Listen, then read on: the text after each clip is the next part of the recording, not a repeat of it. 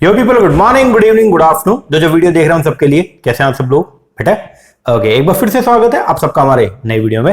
Guys आज की class में हम लोग जो है वो करने वाले हैं हमारे पेपर नंबर 2 मैनेजमेंट जो है कोड 17 मैनेजमेंट। तो उसकी यूनिट नंबर 4 जो हमारी यूनिट नंबर 4 है that is the financial management and cost management. तो इसको आज की क्लास में हम लोग जो है वो करने वाले हैं रिवाइज। इसके अंदर टोटल मिला के 8 चैप्टर थे, तो उन 8 में से 5 चैप्टर की रिवीजन हम आज के वीडियो के अंदर करने वाले हैं। तो आज है 20 जुलाई, तो 20 जुलाई को हम करेंगे यूनिट नंबर 4 और कल है 21 जुलाई और 21 जुलाई को करेंगे यूनिट नंबर 5। अब इसके भी कंप्लीट चैप्टर की रिवीजन उस वीडियो के अंदर मैं नहीं करूंगा, तो हम क्या करने वाले हैं इसके अंदर मैं थोड़ा सा आपको बता दूं। देखिएगा, जो अपने यूनिट नंबर 4 है उसके अंदर जो है वो अकाउंटेंसी भी है, अकाउंट्स के पोर्शन भी है, उसमें मैनेजमेंट अकाउंटिंग भी है, कॉस्ट अकाउंटिंग भी है, और उसके अंदर फाइनेंशियल मैनेजमेंट का टॉपिक भी है। ठीक है ना? तो हम जो है वो क्या करने वाले हैं समझिएगा थोड़ा सा।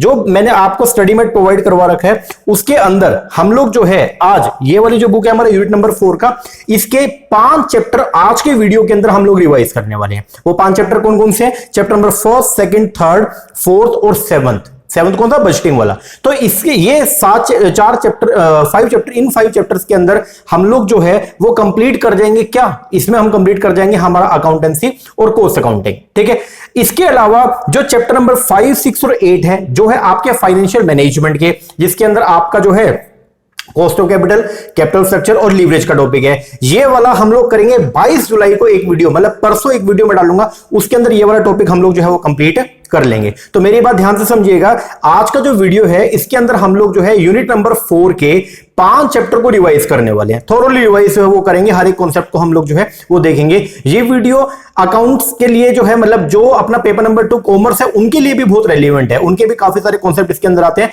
तो आपके लिए भी काम का रहेगा। और जो मैनेजमेंट वाले हैं कोड 17 वाले बच्चे, उनके लिए तो काम का है ही। ठीक है, ठीक है सर, ये तो आपने बता दिया। और सर कल कौन सी वीडियो आएगी? कल हम लोग जो है वो डालेंगे अपना यूनिट नंबर 5। जो हमारी यूनिट नंबर 5 है that is the financial and security management. इसको हम कल की क्लास के अंदर जो है वो क्या करेंगे? कंप्लीट करेंगे। अब इसके अंदर टोटल मिला के इसमें भी 8 चैप्टर थे। कल इनमें से 5 चैप्टर की रिवीजन जो है वो आएगी आपकी इसमें, मतलब 5 चैप्टर कल की वीडियो में हम रिवाइज करेंगे। और इसके जो 3 चैप्टर हैं जो है आपके फाइनेंशियल मैनेजमेंट के, जिसके अंदर आपका आता है डिविडेंड का चैप्टर, कैपिटल बजटिंग का चैप्टर और वर्किंग कैपिटल मैनेजमेंट का चैप्टर, उसको हम लोग जो है वो परसों की वीडियो में दैट इज जो 22 जुलाई को मैं बिजनेस फाइनेंस की वीडियो डालूंगा, उसके अंदर हम ये कंप्लीट करेंगे। तो टोटल मिला के 3 वीडियो आपके पास में आएंगे इन 3 दिन में, आज कल परसों। और इन 3 दिन के अंदर ये जो 3 वीडियोस होंगी इनके अंदर आपका जो है यूनिट नंबर 4 और यूनिट नंबर 5 पूरा का पूरा जो है वो रिवाइज हो जाएगा। एग्जाम में जाने से पहले कम से कम 2 बार जो है ये वीडियो जरूर लगा के चल जाना, इससे आपके सारे कॉन्सेप्ट जो है दोबारा से गो थ्रू हो जाएंगे। ओके, हाँ जी सर। तो आइए अब हम लोग जो है वो शुरुआत करते हैं हमारे यूनिट नंबर 4 की। ठीक है ना, यूनिट नंबर 4 जो है हमारे, तो ये उसका जो है वो इंडेक्स दिया हुआ है। यूनिट नंबर 4 के अंदर टोटल मिला के हमने पूरे सब्जेक्ट को जो है वो कितने पार्ट्स में हमने जो है वो यहां पे 8 चैप्टर में जो है डिवाइड किया था। पहला था आपका अकाउंटिंग प्रिंसिपल का, इसके अकाउंटिंग प्रिंसिपल एंड स्टैंडर्ड, इसके अंदर टोटल मिला के 3 कॉन्सेप्ट आते हैं। बेसिक आ जाएगा अकाउंटेंसी का, एक था आपका अकाउंटिंग स्टैंडर्ड्स का, और एक इसके अंदर जो है वो टॉपिक आएगा फाइनेंशियल स्टेटमेंट्स का। ठीक है, मतलब उसको कैसे प्रिपेयर करते हैं, तो उसमें वो सारी एडजस्टमेंट एंट्रीज। दूसरा है आपका फाइनेंशियल स्टेटमेंट एनालिसिस, इसके अंदर टोटल मिला के जो है वो 3 कॉन्सेप्ट आपके जो है निकल के आते हैं। एक है आपका कैश फ्लो, एक आएगा आपका फंड फ्लो और एक आएगा आपका रेशियो। फिर अगर बात करते हैं कॉस्ट अकाउंटिंग का, तो इसके अंदर आपका कॉस्ट शीट का पूरा कॉन्सेप्ट आएगा, और जो आपका सीवीपीए उसका टॉपिक आ जाएगा, और साथ में जो ब्रेक इवन एनालिसिस है वो आ जाएगा। फिर बात करेंगे वेरिएंस का, इसके अंदर आपका पूरा स्टैंडर्ड कॉस्टिंग आएगा। फिर बात करेंगे बजटिंग का, बजटिंग तो इसके अंदर आपका डिनोवा बजट और ये जीरो बेस्ड बजटिंग हो गया, बजट क्या है, बजटरी कंट्रोल क्या है, बजटिंग क्या है, ये सब कॉन्सेप्ट आएगा। तो ये जो 5 चैप्टर है ये लीवरेज इसके अंदर नहीं करेंगे, क्योंकि लीवरेज और ये फाइनेंशियल मैनेजमेंट और कॉस्ट ऑफ कैपिटल, ये तीनों टॉपिक जो है वो परसों वाली वीडियो के अंदर हम लोग जो है वो कंप्लीट करेंगे। ठीक है ना? तो लीवरेज का और ये ऊपर वाले 2, ये हमारी जो 22 जुलाई को जो वीडियो आएगा उसके अंदर कंप्लीट हो जाएगा। तो आज के वीडियो के अंदर हम लोग क्या करने वाले हैं, ये टोटल मिला के 5 चैप्टर को जो है वो रिवाइज करने वाले हैं। ओके जी सर। लेक्चर को स्टार्ट करने से पहले एक इंफॉर्मेशन आपको प्रोवाइड करवा दूं, अगर आप लोग भी अपकमिंग जो दिसंबर के अंदर एनटीए नेट का पेपर होना है मैनेजमेंट का, या अगर आप कॉमर्स टीम से हैं तो आपको मैं बताना चाहूंगा हम लोग जो है ऑनलाइन बैच प्रोवाइड करवाते हैं एनटीए नेट के लिए। हमारा जो ऑनलाइन बैच होता है उसके अंदर हम लोग जो है वो प्रोवाइड करवाते हैं paper number 1 plus paper number 2 दोनों के वीडियो लेक्चर्स, प्लस में आपको सारा मिलेगा स्टडी मटेरियल, किताबें हैं, प्रॉपर किताबें मिलेंगी आपको सारी की सारी। जैसे ये तो आपका मैनेजमेंट का बुक हो गया। उसी तरीके से ये जो है वो किताब है आपका अकाउंट्स की, किसकी, कॉमर्स वालों की। तो ऐसे पेपर 1 पेपर 2 दोनों के जो है वो आपको क्या मिलते हैं, हमारे यहाँ पे वीडियो लेक्चर मिलेंगे, किताबें मिलेंगी, रिवीजन वीडियोस जैसे ये है ये भी मिलेंगी, और प्रैक्टिस करने के लिए पीडीएफ फॉर्म के अंदर आपको प्रैक्टिस के एमसीक्यूज भी मिलेंगे। तो अगर आप तैयारी कर रहे हैं और अगर आप ऑनलाइन बैच लेना चाहते हैं तो नीचे नंबर दिया हुआ, इसके ऊपर कॉल करके या व्हाट्सएप करके आप इंक्वायरी कर सकते हैं। ओके जी सर, चलिए अब हम शुरुआत करते हैं हमारे टॉपिक का। सबसे पहला चैप्टर जो हमारे सामने, देखिए पहली बात तो ये कि ये जो वीडियो जो है बेसिकली ये हमारे लगभग पेड स्टूडेंट्स के लिए है, क्योंकि उनको मैंने हर एक चैप्टर जो है वो हमने 5 वीडियो लगाया, किसी में 4 लगाया, किसी में 10 भी लगाया, ठीक है ना। तो अब जो हमारे पेड स्टूडेंट्स हैं उनको थोड़ा जल्दी समझ में आएगा, आपको भी समझ में आ जाएगा। मैं बेसिक बातें सारी की सारी बताते रहूंगा आपको, लेकिन जो है वो थोड़ा फास्ट ट्रैक पे चलेगा, ठीक है ना। तो बेसिकली ये रिवीजन वीडियो है। हमने ये पूरा का पूरा, अगर 8 चैप्टर की बात करता हूं तो इसको कंप्लीट करने में लगभग कोई 40 to 45 लेक्चर जो है वो हमने लगाए हैं। अब ये 45 लेक्चर का काम जो है हम एक वीडियो के अंदर जो है वो कंप्लीट करने वाले हैं। तो बट नेचुरल है कि वो थोड़ा सा फास्ट तो आपका रहेगा, ठीक है ना। तो आप जो है वो थोड़ा सा मतलब जो है कंटिन्यूटी बना के रखना, ठीक है। तो पूरे अलर्टनेस के साथ में आप जो है वो बैठना, आराम से खाने पीने का सामान सारा लेके बैठो, ठीक है ना, ताकि बीच में आपको उठना ना पड़े। ओके जी सर, चलिए शुरुआत करते हैं। सबसे पहला जो चैप्टर आज हमारा आ रहा है वो है अकाउंटिंग प्रिंसिपल एंड स्टैंडर्ड्स का। इसके अंदर हमने सबसे पहले देखा था नीड फॉर अकाउंटिंग क्या है। देखिए बिजनेस के अंदर बहुत सारी एक्टिविटी होती है और उन सभी एक्टिविटीज को जो है ध्यान में रखना। जो भी फाइनेंशियल नेचर की ट्रांजेक्शन होती है, डे टू डे बहुत सारी ट्रांजेक्शन होती है, और अगर आप कहीं पर रिकॉर्ड नहीं करेंगे तो बहुत सारी ट्रांजेक्शन आप भूल जाएंगे, और जिससे जो है आप अपने बिजनेस का करेक्ट प्रॉफिट जो है कभी भी जान नहीं पाएंगे। तो उसके लिए जो है वो रिक्वायरमेंट पड़ी किसका, अकाउंटिंग का। अकाउंटिंग बेसिकली जो है वो क्या है, अकाउंटिंग के अंदर हम लोग जो भी फाइनेंशियल नेचर की बिजनेस होती है उन सबको हम लोग जो है वो क्या करते हैं, रिकॉर्डिंग करते हैं। रिकॉर्डिंग सबसे पहले जो है वो की जाती है कहां पे,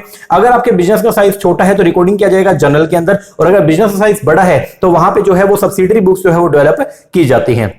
रिकॉर्डिंग करने के बाद फिर हम जो है वो क्या करते हैं, जो भी एंट्रीज जो हमने रिकॉर्ड किया था उन सबको जो है वो क्या करते हैं, कैटेगराइज करते हैं लेजर के अंदर, जिसको बोलते हैं बेसिकली हम लोग क्या, क्लासिफिकेशन। तो सबसे पहले आपका जो है वो क्या आएगा, रिकॉर्डिंग के बाद में क्या आएगा, क्लासीफाई। तो क्लासीफाई मतलब लेजर प्रोसेसिंग करेंगे। फिर जब साल खत्म हो जाएगा, ये जर्नल एंट्री करने का और लेजर प्रोसेसिंग करने का काम पूरे साल चलते रहता है। जब साल एंड होता है तो साल के एंड होने पर जो भी लेजर्स होते हैं उन सबकी की जाती है बैलेंसिंग, और उनका जो बैलेंस आता है उसको हम ट्रांसफर करते हैं कहां पे, ट्रायल बैलेंस में। और फिर इस ट्रायल बैलेंस के बेस पर जो है हम बनाते हैं क्या, फाइनेंशियल स्टेटमेंट, जिसके अंदर बेसिकली आपका प्रॉफिट एंड लॉस अकाउंट और आपका बैलेंस शीट प्रिपेयर किया जाता है। और फिर उसके बाद में इसको जो है वो क्या करते हैं, एनालाइज करते हैं वेरियस रेशियोज के बेस पर, ठीक है ना। और इसी को बोलते हैं ये साइकिल पूरे साल चलते रहती है, और इसी को बोलते हैं हम लोग क्या, अकाउंटिंग साइकिल। तो बेसिकली अकाउंटिंग क्या है, अकाउंटिंग के अंदर हम लोग जो है जो भी फाइनेंशियल नेचर की ट्रांजैक्शंस होती है उन सबको रिकॉर्ड करने का काम करते हैं, उनको क्लासिफाई करने का काम करते हैं, उनको इंटरप्रेट करने का काम करते हैं, ठीक है ना जी सर। अब आगे बढ़ते हैं, अकाउंटिंग क्या है। तो अकाउंटिंग एक आर्ट है जिसमें हम रिकॉर्डिंग करते हैं, क्लासिफाई करते हैं, समराइज करते हैं और एनालाइज करते हैं बिजनेस ट्रांजैक्शन को, और इंटरप्रेट करते हैं किसको, रिजल्ट। तो जो भी हमारा रिजल्ट निकल के आए, रिजल्ट मींस चाहे प्रॉफिट आया चाहे लॉस आया, उसको हम क्या, इंटरप्रेट करने का काम करते हैं, ठीक है जी। अकाउंटिंग का डेफिनेशन एक बार आप देख लेना।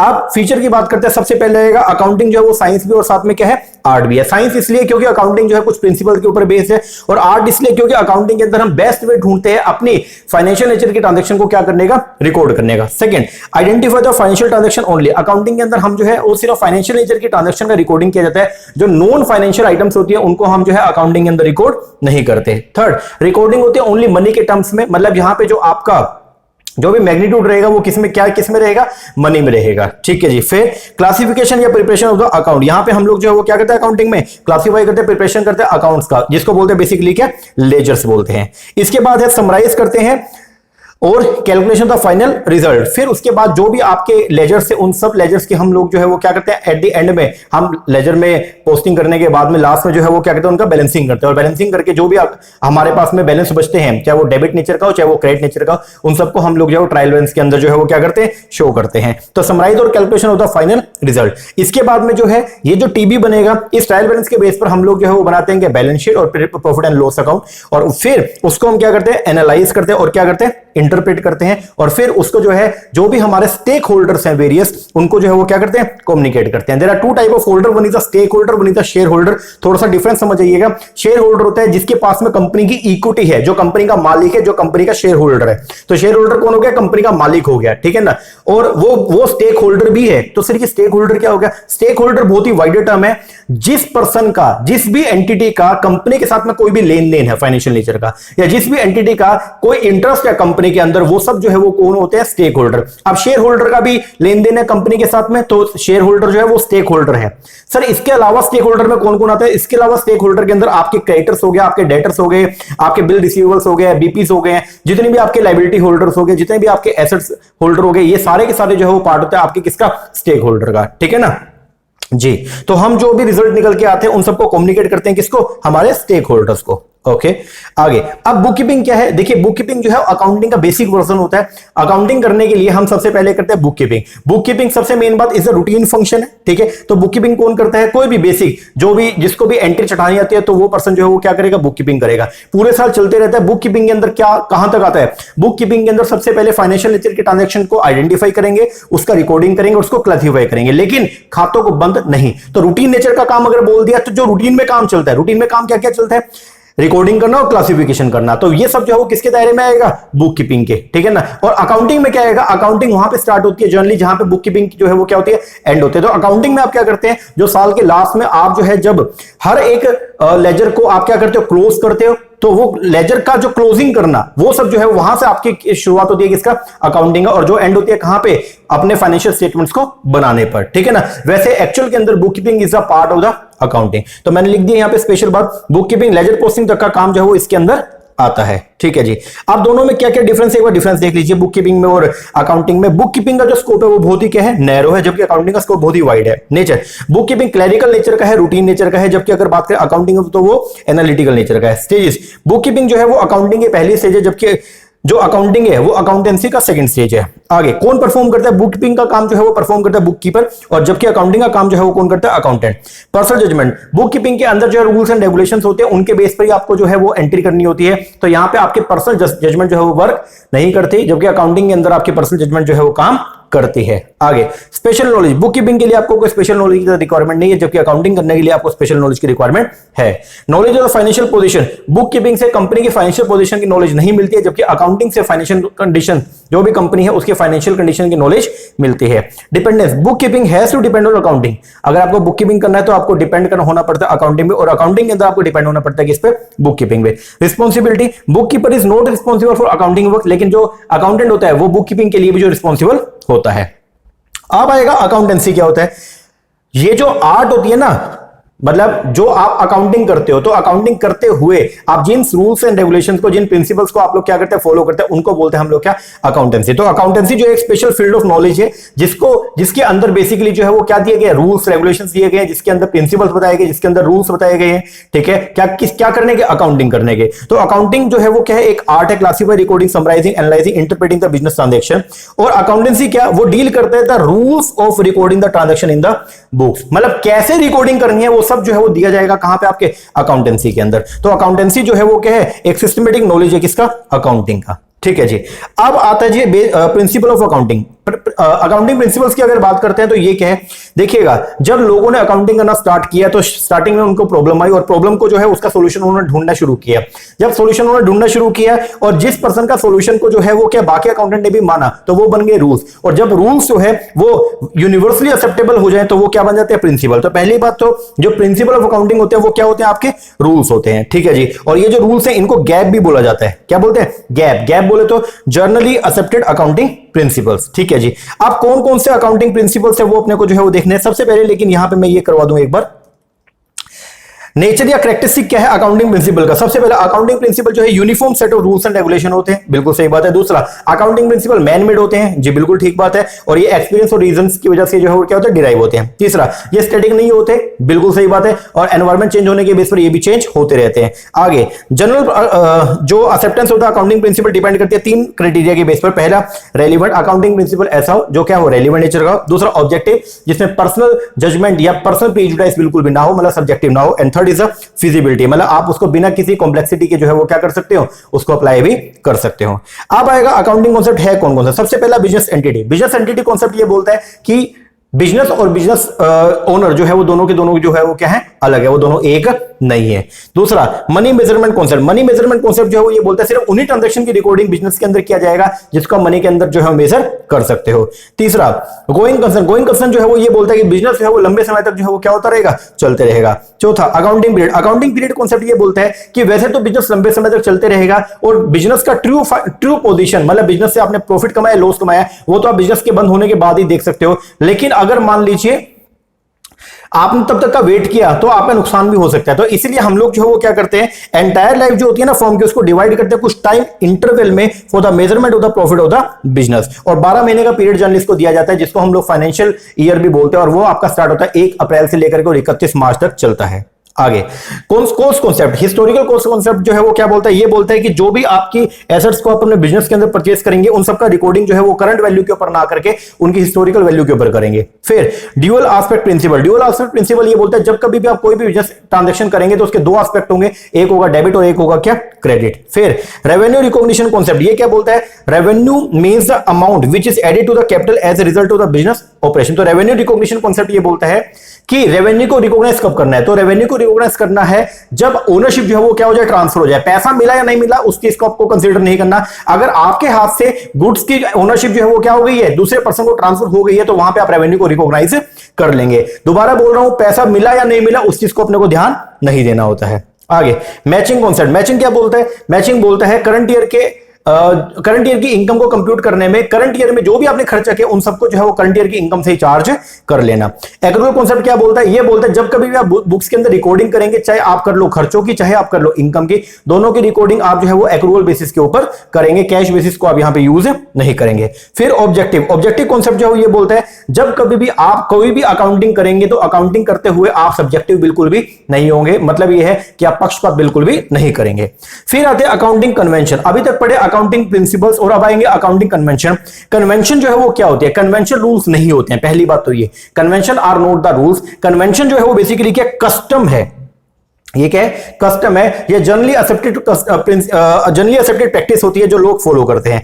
अब दोनों में क्या फर्क है अकाउंटिंग कॉन्सेप्ट्स के अंदर और अकाउंटिंग कन्वेंशन में। पहला बोलता है accounting concept are established by law, जो कॉन्सेप्ट्स है वो बनाए जाते हैं किसके द्वारा, कानून के द्वारा, जबकि अकाउंटिंग कन्वेंशन जो है वो गाइडलाइंस है जो किसके ऊपर बेस्ड है, कस्टम के ऊपर बेस्ड है। दूसरा, there is no role of personal judgement और individual biasness in the adoption of accounting concept. जब आप अकाउंटिंग कॉन्सेप्ट्स को बनाते हो तो वहां पे पर्सनल जजमेंट नहीं होती है, जबकि अकाउंटिंग कन्वेंशन के अंदर पर्सनल जजमेंट रोल प्ले करती है। आगे there is a uniform adoption of the accounting concept, जो अकाउंटिंग कॉन्सेप्ट्स है उनका यूनिफॉर्म एडॉप्शन है, हर जगह उसको जो है वो क्या यूज किया जाता है, लेकिन अकाउंटिंग कन्वेंशंस को हर जगह जो है उसका यूनिफॉर्म एडॉप्शन नहीं है। अब कौन कौन से, सबसे पहले था principle of full disclosure. Principle of full disclosure जो है वो ये बोलता है कि आप जब भी अकाउंटिंग करेंगे तो सारी इंफॉर्मेशन, छोटी से छोटी बड़ी से बड़ी सभी इंफॉर्मेशन की जो है वो आप क्या करेंगे, रिकॉर्डिंग करेंगे। तो बोलते हैं all significant information related to the economic affair of the enterprise should be completely disclose. अगला आता है प्रिंसिपल ऑफ कंसिस्टेंसी, ये बोलता है अगर आपने अकाउंटिंग करते हुए कोई एक मेथड को फॉलो कर लिया तो आप आगे भी उसी मेथड को क्या करेंगे, फॉलो करेंगे। आप अकाउंटिंग मेथड्स के अंदर बारी बारी जो है वो चेंज नहीं करेंगे। थर्ड, कन्वेंशन ऑफ कंजर्वेटिज्म या प्रूडेंस, ये बोलता है फ्यूचर में होने वाले जो भी लॉस है, अभी चाहे लॉस हुआ नहीं है लेकिन अगर आपको लग रहा है फ्यूचर में आपको कोई नुकसान हो सकता है तो उस लॉस की आप करंट के अंदर ही जो है वो क्या कर लेंगे, एंट्री कर लेंगे, उसका प्रोविजन बना लेंगे और फ्यूचर में होने वाली इनकम की कोई भी रिकॉर्डिंग नहीं करेंगे। तो इनकम को रिकॉग्नाइज तो तभी करना है जब वो एक्चुअल के अंदर एग्जिस्ट हो जाए या जब वो एक्चुअल के अंदर जो है अपने को एक्रू हो जाए। लेकिन अगर अपने को लगता है कोई एंटिसिपेटेड लॉस है तो उसकी अकाउंटिंग हम शुरुआत में ही कर लेंगे। आगे कन्वेंशन ऑफ मेटिलिटी कॉन्सेप्ट जो है वो क्या बोलता है, मेटिलिटी कॉन्सेप्ट ये बोलता है कि ओनली मटेरियल आइटम को जो है वो आप क्या करेंगे, शो करेंगे। जो इममेटेरियल नेचर के आइटम होती है जिनका बिजनेस के डिसीजन मेकिंग पर कोई भी इंपैक्ट नहीं पड़ता है, तो आप उनको या तो क्या कर देंगे, लेफ्ट आउट कर देंगे, या उनको जो है वो क्या करके उनको कंबाइन करके एक जगह पे क्या कर देंगे, शो कर देंगे। इनको बोलते हैं these all are the accounting conventions. तो ये कन्वेंशन था। इसके बाद आते हैं जी आपका अकाउंटिंग स्टैंडर्ड। अकाउंटिंग स्टैंडर्ड्स क्या हैं, देखिएगा अकाउंटिंग करने के लिए अपने इंडिया के अंदर जो है एक बॉडी है, that is ICAI, institute of chartered accountant of India. तो आईसीएआई जो है उसको काम सौंपा गया है एमसीए के द्वारा, जो मिनिस्ट्री ऑफ कॉर्पोरेट अफेयर्स है, उसने आईसीएआई को काम दे दिया कि आप जो है वो क्या कीजिए, आप कंपनीज के लिए और जो नॉन कॉर्पोरेट एंटिटीज है उनके लिए जो है वो स्टैंडर्ड्स को जो है वो क्या कीजिएगा, सेट कीजिएगा। तो अपने इंडिया के अंदर अकाउंटिंग स्टैंडर्ड्स को इशू करने का जिम्मा जो है वो दिया गया किसको, आईसीएआई को। अकाउंटिंग स्टैंडर्ड क्यों बनाए जाते हैं, देखिए स्टैंडर्ड अगर रहेगा तो हर कोई जो है अगर उसको फॉलो करेगा तो आपस में कंपनीज की जो फाइनेंशियल स्टेटमेंट्स है आप उनको कंपेयर कर सकते हो। अगर मान लो स्टैंडर्ड्स नहीं है तो एक कंपनी किसी दूसरे बेस पर अकाउंटिंग करेगी, दूसरी कंपनी किसी अलग बेस पर अकाउंटिंग करेगी, तो कभी भी आप दो कंपनीज को आपस में कंपेरेबल नहीं कर सकते हो। तो इसलिए हम लोगों ने जो है वो क्या किया, क्योंकि ग्लोबलाइजेशन का वक्त आ गया है, ठीक है ना। तो विदेशों में लोग जैसे अकाउंटिंग करते हैं, हमको भी ये देखना चाहिए, क्योंकि हमारी बहुत सारी कंपनीज बाहर जाके बिजनेस ऑपरेट कर रही हैं, बाहर की बहुत सारी कंपनीज हमारे यहां पे आके बिजनेस ऑपरेट कर रही है। तो जो आपके अकाउंटिंग है बेसिकली, मतलब जो फाइनेंशियल स्टेटमेंट्स को प्रिपरेशन करने का जो मेथड्स है, उनके अंदर क्या होनी चाहिए, उनके अंदर एक रूपता होनी चाहिए कि सभी लोग एक जैसा ही काम करें। उसके लिए बेसिकली स्टैंडर्ड्स जो है वो डेवलप किए जाते हैं। अब ये स्टैंडर्ड दो तरह के होते हैं, एक बार थोड़ा सा मैं यहां पे करवा देता हूं। बोलता है इंट्रोडक्शन टू इंड एस। सबसे पहले रहेगा गैप। देखिए अकाउंटिंग करने के लिए हम कुछ जो है अकाउंटिंग प्रिंसिपल्स को जो है वो क्या करते हैं, फॉलो करते हैं। अब ये जो गैप होते हैं, पहले तो फुल फॉर्म इसका, गैप का फुल फॉर्म जो है वो क्या, जनरली एक्सेप्टेड अकाउंटिंग प्रिंसिपल। ये दो तरह के होते हैं, एक होता है नेशनल गैप, एक होता है इंटरनेशनल। नेशनल गैप का मतलब जब कोई कंट्री अपने हिसाब से, अपने एनवायरमेंट के हिसाब से जो है प्रिंसिपल्स को डेवलप करती है, उसको बोलते हैं नेशनल गैप। और अगर हम इंटरनेशनल जो प्रिंसिपल्स है अगर उनको एडॉप्ट कर ले तो उसको बोलते हैं इंटरनेशनल गैप। तो नेशनल गैप के अंदर क्या आएगा, जब एक कंट्री अपने स्टैंडर्ड्स बनाती है, लाइक यूएस में यूएस गैप चलता है, तो इसको बोलते हैं आप लोग क्या, नेशनल गैप, ठीक है ना। अब इंटरनेशनल गैप क्या होते हैं, ये गैप सेवरल कंट्री में फॉलो किया जाता है, जैसे आईएएस हो गया, इंटरनेशनल अकाउंटिंग स्टैंडर्ड्स हो गया, ठीक है। इसका नया वर्जन जो है वो क्या है, आईएफआरएस। और अपने जो अकाउंटिंग स्टैंडर्ड उसका नया वर्जन क्या आ गया, इंड एस आ गया है। अच्छा जी, अब बोलता है हर कंट्री जो है वो आईएफआरएस को कंप्लाइंट करना चाहती है, ठीक है ना। अब आईएफआरएस जो इंटरनेशनल फाइनेंशियल रिपोर्टिंग फ्रेमवर्क्स जो है ना, तो उनको कंप्लाई करने के आपके पास में दो मोड अवेलेबल है। या तो आप जो उनको क्या कर लो, एडॉप्ट कर लो, आईएफआरएस को क्या कर लो, एडॉप्ट कर लो। एडॉप्ट करने का मतलब ये है कि जो आईएफआरएस है उनको एज इट इज आप जो है वो क्या कर लो, उसको एडॉप्ट कर लो, ठीक है ना। मतलब ये हो गया कि जो उसमें आप कोई भी चेंज नहीं करोगे। ये दूसरा तरीका ये है कि आप आईएफआरएस को कन्वर्ट कर लो, मतलब आप आईएफआरएस को अप्लाई तो करोगे लेकिन उसको पहले अपने एनवायरनमेंट के हिसाब से मोल्ड करोगे, आपने नए तरीके के जो है आईएफआरएस को बनाओगे और फिर उनको क्या करोगे, एडॉप्ट करोगे। अब बांग्लादेश जो है उसने सीधा का सीधा आईएफआरएस को क्या कर लिया, एडॉप्ट कर लिया, मतलब जो इंटरनेशनल स्टैंडर्ड थे उसने डायरेक्टली उनको यूज कर लिया, अपने एनवायरनमेंट को उसने कंसीडर नहीं किया। लेकिन इंडिया जो है, इंडिया ने क्या किया है, इंडिया ने आईएफआरएस को कन्वर्ज किया है, एडॉप्ट नहीं किया। मतलब यहां पे हम क्या करेंगे, अपने खुद के स्टैंडर्ड बनाएंगे, लेकिन अपने स्टैंडर्ड बनाते हुए हम लोग जो इंटरनेशनल स्टैंडर्ड को भी ध्यान रखेंगे। मतलब यहां पे हम अपने बिजनेस एनवायरनमेंट को भी कंसीडर करते हैं। तो आईएफआरएस को कन्वर्ज करने का मतलब ध्यान रखना क्या, प्रिपेयर करना own standard but in line with the IFRS. आगे अब एमसीए जो है, मिनिस्ट्री ऑफ कॉर्पोरेट अफेयर, ठीक है, जो भी कंपनीज है ना, बेसिकली देखिए अपने इंडिया के अंदर अब दो तरह के स्टैंडर्ड्स चल रहे हैं। एक है आपका अकाउंटिंग स्टैंडर्ड जो 27 है टोटल अभी जो एप्लीकेबल है, और एक है आपके आईएफआरएस, ठीक है ना। अब इंड एस जिसको बोलते हैं हम लोग, सॉरी, तो अकाउंटिंग स्टैंडर्ड्स जो है वो है नॉन कॉर्पोरेट एंटिटीज के लिए, लाइक कंपनी के अलावा कोई भी, अगर आप नॉर्मल इंडिविजुअल हैं, अगर आप जो है वो पार्टनरशिप फर्म है, अगर आप कोई सोसाइटीज है, तो आप जो है वो क्या करोगे, इंड एस को फॉलो करोगे जब आप अकाउंटिंग करोगे। लेकिन अगर आप कंपनीज हैं तो कंपनीज के ऊपर जो है वो इंड एस आ गया, ठीक है ना। तो जो नॉन कॉर्पोरेट एंटिटीज हैं उनके लिए अकाउंटिंग स्टैंडर्ड्स है अभी भी, और जो कंपनीज हैं कॉर्पोरेट एंटिटीज हैं उनके लिए आ गया इंड एस। इंड एस बोलते हो इंडियन अकाउंटिंग स्टैंडर्ड, जो बेसिकली आईएफआरएस को ध्यान में रख के बनाए गए हैं, ठीक है ना। अब अपने इंडिया के अंदर जो है वो एमसीए मेन बॉडी है, मिनिस्ट्री ऑफ कॉर्पोरेट अफेयर, वो उसने अपना जिम्मा सौंप दिया किसको, आईसीएआई को, और उसको बोल दिया कि तुम जो है हमको ये बना के दे देना। अभी प्रोसीजर भी हम आगे देख लेंगे। चलो देखो क्या बोलता है, बोलते हैं एमसीए ने नोटिफाई किया इंड एस को via company accounting standard rule 2015। Subsequently जो एमसीए ने उसने नोटिफाई कर दिया company Indian accounting standard amendment rule 2016-17 to carry out the certain amendment omission of the above Ind AS to introduce two new Ind AS 11 और 18। India always follow करता है किसको, UK को, और यूके के अंदर क्या चलता है, आईएफआरएस। तो हमको भी जरूरत पड़ा कि हम भी अब क्या अडॉप्ट करेंगे, आईएफआरएस। एएस की डिस्क्लोजर जो है वो बहुत ही क्या थी, लिमिटेड थी, लेकिन आईएफआरएस के अंदर डिस्क्लोजर बहुत ही क्या है, वाइड है, और जितना डिस्क्लोजर ज्यादा होगा उतना ही जो फाइनेंशियल स्टेटमेंट के यूजर्स हैं उनको ज्यादा इंफॉर्मेशन क्या होगी, रिसीव होगी। इंडेस की वजह से इंटरनेशनल फंड हमें, और जब हम इंडेस को फॉलो करेंगे तो इंटरनेशनल फंड्स भी हमको यहाँ पे जो है वो मिल जाएंगे, क्योंकि अब बाहर वालों को कोई परेशानी नहीं है, क्योंकि वो लोग अपनी कंट्री में जैसी फाइनेंशियल ट्रांजैक्शन को रिकॉर्ड करते हैं, यहां पे भी हम उसी तरीके से के सिस्टम को हमने क्या कर लिया, अडॉप्ट कर लिया है। 16 मार्च 2015 को एमसीए ने जो है वो company Indian accounting standard rule 2015 जो है वो नोटिफाई किया, जिसके थ्रू हम जो है हमने इंडेस को जो है वो क्या कर दिया, इशू कर दिया था। इस रूल में हमने ये सब किया, हमने 39 इंडेस को जो है वो क्या किया, नोटिफाई किया, ठीक है। और यहां पे बता दिया ये किस क्लास ऑफ कंपनीज के ऊपर जो है वो क्या है, एप्लीकेबल है। डेट ऑफ एप्लीकेबिलिटी जो है वो बताया गया पहले 1/4/2015 को जो है वॉलंटरी एडॉप्शन किया गया कि आप चाहो तो आप इसको अडॉप्ट कर लो। फिर मैंडेटरी एडॉप्शन जो है वो स्टार्ट हुआ फर्स्ट फेज 1/4/2016 को।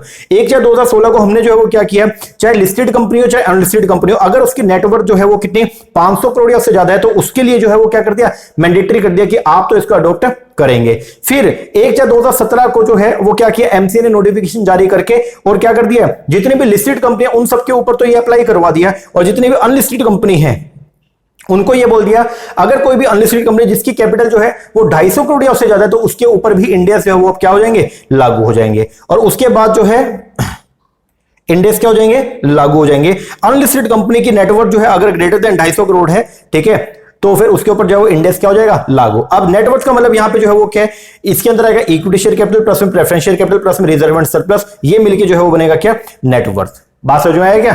जी सर। तो ये था आपका इंडेक्स। अब जो मैंने आपको ये इंडेक्स यहां से मैंने करवाए थे, इसमें कुछ एक चीजें मैं करवा देता हूं एक बार, यहां पे आ जाओ पहले।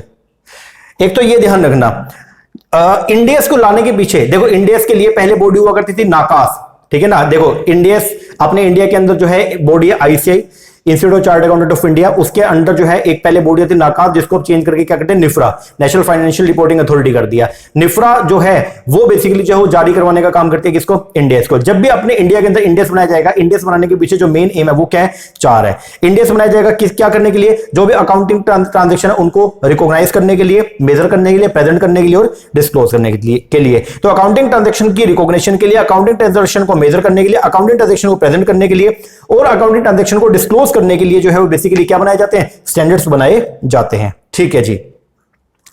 अब यहां पे आएगा जी आपका प्रोसेस। अगर प्रोसेस की बात करता हूं तो प्रोसेस के अंदर क्या आएगा, आओ ध्यान दो एक बार। अकाउंटिंग स्टैंडर्ड जो अपना स्टैंडर्ड सेटिंग प्रोसेस है, तो वो कैसे, सबसे पहले हम आइडेंटिफाई करते हैं एरिया, मतलब किस एरिया के अंदर आपको अकाउंटिंग स्टैंडर्ड बनाने हैं, तो उस एरिया को हम लोग सबसे पहले क्या करेंगे, आइडेंटिफाई करेंगे। लाइक फिक्स एसेट के लिए अपने को स्टैंडर्ड्स बनाने हैं तो उसको हमने आइडेंटिफाई कर लिया। फिर उसके लिए हम लोग जो है वो क्या बनाएंगे, एक स्टडी ग्रुप बनाएंगे, कॉन्स्टिट्यूट करेंगे study group for specific project and prepare करेंगे प्रिलिमिनरी ड्राफ्ट को। फिर वो जो हमने ड्राफ्ट प्रिपेयर कर लिया, अब उसको जो है वो आगे सर्कुलेट करेंगे वेरियस आउटसाइड बॉडीज को, ठीक है, और जो आउटसाइड बॉडी है वो उसके ऊपर अपनी क्या देंगी, रिकमेंडेशन देंगी। फिर एसरटेन करेंगे view the different body of the draft, जैसे काउंसिल ऑफ आईसीआई हो गया, एमसी हो गया, सेबी, सीएनडीजी, सीबीडीटी, ये उनके ऊपर अपना व्यू बता देंगे। फिर उस व्यू के बेस पर हम लोग जो है वो क्या करेंगे, जो एक्सपोजर ड्राफ्ट है उसको क्या करेंगे, फाइनलाइज करेंगे। Finalisation of the exposure draft and issue करेंगे for inviting the public comment. फिर कमेंट जो अपने को रिसीव होंगे एक्सपोजर ड्राफ्ट पे, उसके बेस पर हम लोग जो है वो एएस को क्या कर देंगे, फाइनलाइज कर देंगे। The and finalisation the draft AS by the ASB, accounting standard board इसको क्या करेगा, ड्राफ्ट कर देगा और सबमिट करेगा किसको, काउंसिल ऑफ आईसीआई को। इसके बाद जो है वो क्या किया जाएगा, कंसीडर किया जाएगा final draft by the council, and अगर कोई मॉडिफिकेशन की रिक्वायरमेंट है तो उसको कर दिया जाएगा किसके तरफ, बाय द एएसबी। और लास्ट में फिर क्या होगा, एएस जो है वो इशू कर दिए जाएंगे। जो नॉन कॉर्पोरेट एंटिटीज हैं, जो नॉन कंपनीज हैं, उनके लिए जो है वो जारी किया जाएगा अकाउंटिंग स्टैंडर्ड किसके द्वारा, आईसीआई के द्वारा। और जो कॉर्पोरेट एंटिटीज हैं उनको बना के तो दे दिया किसने, आईसीआई ने, लेकिन उसको जारी कौन करेगा, एमसीए करेगा in consult with the NFRA. NFRA जो है वो बॉडी है किसका, आईसीआई का। बात समझ में आएगा? जी सर। चलो जी आगे। इसके बाद कितने अकाउंटिंग स्टैंडर्ड आज की डेट में है, तो देखिए पहले 30 से टोटल, तो 30 में से जो है एक तो अकाउंटिंग स्टैंडर्ड नंबर 6 डेप्रिसिएशन जो है वो मर्ज कर दिया था AS 10 के अंदर, और एक था AS 8, ये मर्ज कर दिया था AS 26 के अंदर। ठीक है, तो अब रह गए थे कितने आपके, टोटल मिला के रह गए थे कितने, ये देखो 29 थे, और फिर आपके सॉरी हाँ 29 अकाउंटिंग स्टैंडर्ड थे। जो 30, 31, 32 था वो था आपका फाइनेंशियल इंस्ट्रूमेंट का, उनको तो लैप्स कर दिया, रह गए कितने 29 में से 2 हटा दी तो रह गए कितने 27। तो टोटल मिला के जो है वो कितने 27 अकाउंटिंग स्टैंडर्ड जो है वो आज की डेट में जो है वो क्या है, आपके एप्लीकेबल है। अब है कौन कौन सा, AS1 disclosure of accounting policy, AS2 valuation of inventory, 3 है कैश फ्लो स्टेटमेंट, 4 है contingency and event occurring after the balance sheet date, फिर आपका 5 है net profit and loss for the period prior period item and change in accounting policy, 7 है construction contract, 8 revenue, 9 है property plant and equipment, ये revise हुआ था, पहले इसका नाम fix accounting for fix asset हुआ करता था। 11 है आपका effect of change in foreign exchange rate, 12 है आपका अकाउंटिंग फॉर गवर्नमेंट ग्रांट, 13 आपका अकाउंटिंग फॉर इन्वेस्टमेंट, 14 आपका accounting for amalgamation, 15 employ benefit, 16 borrowing को, 17 segment reporting, 18 related party disclosure, 19 है लीज, 20 है ईपीएस, 21 है सीएफएस जो आपकी होल्डिंग कंपनीज बनाती है, 22 है accounting for taxes on income, 23 है accounting for investment in associate, 24 है डिसकंटिन्यू ऑपरेशन, 25 है जी आपका interim financial reporting, 26 intangible asset, 27 है financial reporting in of interest in joint venture, 28 impairment of asset और 29 है provision contingent liability and contingent asset. तो ये total मिला के जो है वो कितने, पहले 29 से 2 हटा दिए हैं। 2 कौन कौन सा, एक तो अकाउंटिंग स्टैंडर्ड नंबर 6 हटा दिया और एक 8 हटा दिया, तो रह गई कितने, 27। तो जितने भी आपके नॉन कॉर्पोरेट एंटिटीज है उन सब के ऊपर आज की डेट में जो है वो 27 अकाउंटिंग स्टैंडर्ड्स जो है वो क्या है, एप्लीकेबल है। अब बात करते हैं आगे स्टेटस ऑफ अकाउंटिंग स्टैंडर्ड्स का। तो ये देख लो, हाउएवर 2016 के अंदर एमसीए ने विड्रॉ कर दिया AS6 को, hence there are now 27 accounting standards as per the company accounting standard rule 2006। तो ये बात थोड़ा ध्यान रखना। इसके बाद इसमें कुछ खास बातें नहीं थी। एक कार्वी आउट वाली चीज है वो मैं करवा दूं। एक तो ये ध्यान रखना, पहले बॉडी जो है वो क्या थी, पहले बॉडी का नाम था IASC, ये इशू करती थी IAS इंटरनेशनल अकाउंटिंग स्टैंडर्ड को, 1973 के अंदर ही बॉडी बनाई थी। लेकिन अब बॉडी का नाम जो है वो चेंज हो गया, क्या हो गया, IASB बोले तो इंटरनेशनल अकाउंटिंग स्टैंडर्ड बोर्ड, और ये इशू करती है क्या, IFRS। तो इंटरनेशनल लेवल पे जो अकाउंटिंग स्टैंडर्ड इशू किए जाते हैं वो कौन करता है, पहले तो IASB international accounting standard board करता है। और वो क्या इशू करता है, तो पहले जो अकाउंटिंग इंटरनेशनल अकाउंटिंग स्टैंडर्ड उनका नाम था IAS इंटरनेशनल अकाउंटिंग स्टैंडर्ड, लेकिन उनका नाम अब जो है वो चेंज हो गया, क्या हो गया, IFRS हो गया। तो ये बात थोड़ा सा ध्यान रखिएगा, ठीक है ना। ओके। अच्छा, अब ये बात ध्यान रखना, इंटरनेशनल फाइनेंशियल रिपोर्टिंग स्टैंडर्ड से होते हैं ना IFRS, वो ग्लोबल स्टैंडर्ड है। और IFRS जो है इन IFRS जब बनते हैं तो उनमें 4 एलिमेंट इंक्लूड होते हैं। एक तो IFRS issue by the IASB, एक होगा इंटरप्रिटेशन जो उनके ऊपर आई है, एक IAS issue by the IASC, ये भी आएंगे जिसको IASB ने क्या कर लिया, अडॉप्ट कर लिया, और interpretation of the IAS issued by the SIC, मतलब स्टैंडर्ड इंटरप्रिटेशन कमेटी ने उनके ऊपर जो भी इंटरप्रिटेशन दिया था। बेसिकली स्टैंडर्ड जब आएगा ना तो स्टैंडर्ड को बाद में उसकी इंटरप्रिटेशन भी आती है, उसको समझाया जाता है। तो स्टैंडर्ड की जो एक्सप्लेनेशन होती है उसको जनरली बोलते हैं हम लोग क्या, इंटरप्रिटेशन। तो ये सब जो है वो पार्ट है किसका, IFRS का।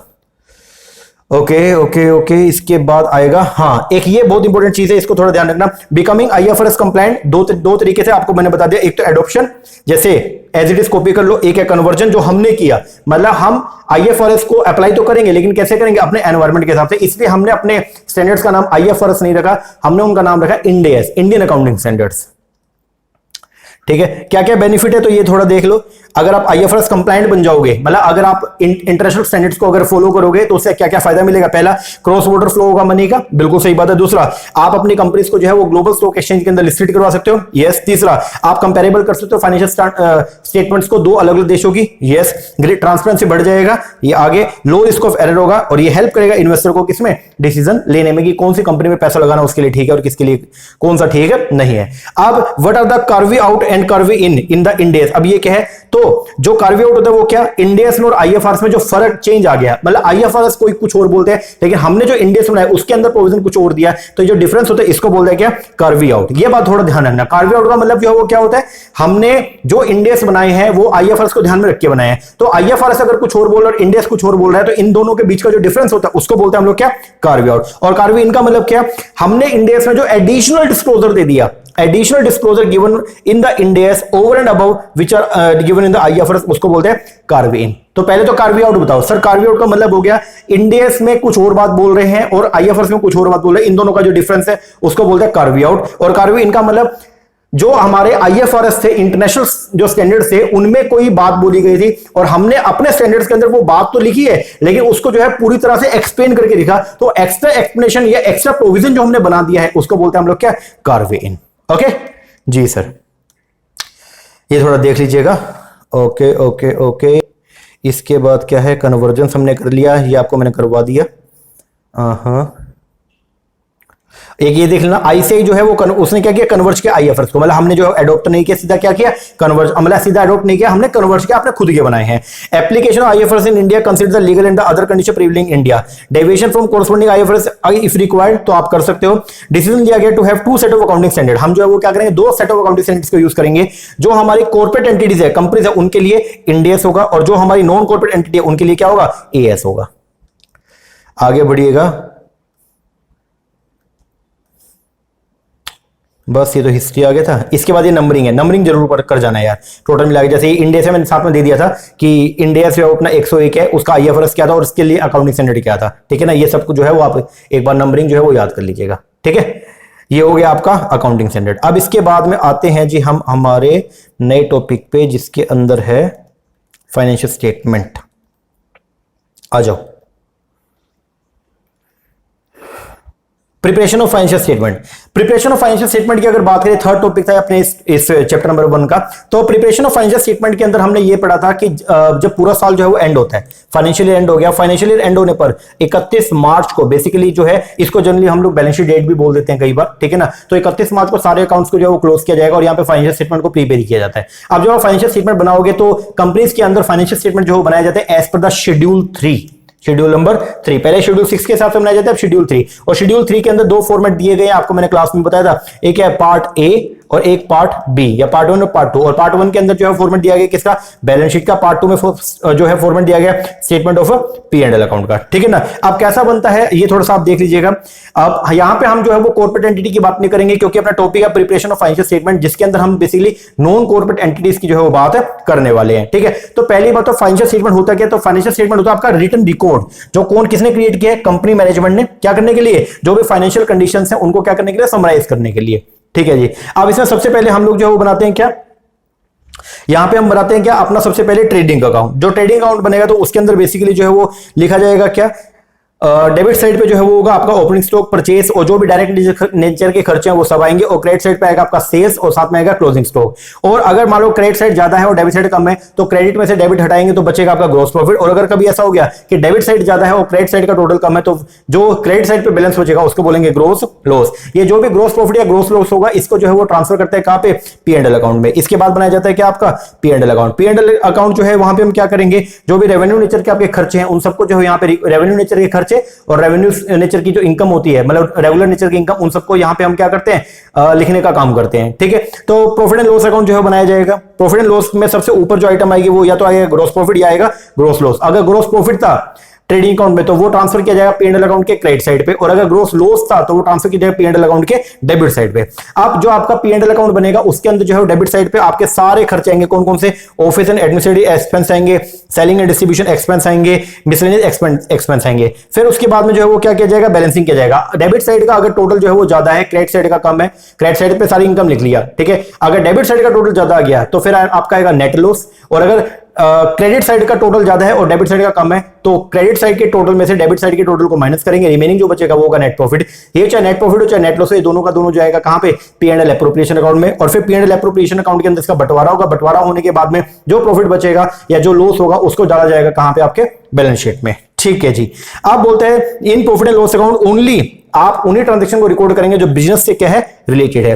अब एक टॉपिक आता है marshalling of the asset and liability. Marshalling की अगर बात करते हैं तो इसका मतलब होता है लॉजिकल ऑर्डर, किस ऑर्डर के अंदर आप जो है वो एसेट्स एंड लायबिलिटी को जो है वो क्या करोगे, रिकॉर्ड करोगे। तो इसके 4 तरीके हैं। सबसे पहले लिक्विडिटी ऑर्डर। लिक्विडिटी ऑर्डर ये बोलता है जो लिक्विड एसेट्स है उसको सबसे ऊपर लिखना, और जो लिक्विड लायबिलिटी है मतलब जिसका पेमेंट इमीडिएटली करना है उसको सबसे ऊपर लिखेंगे। तो ये ध्यान रखना।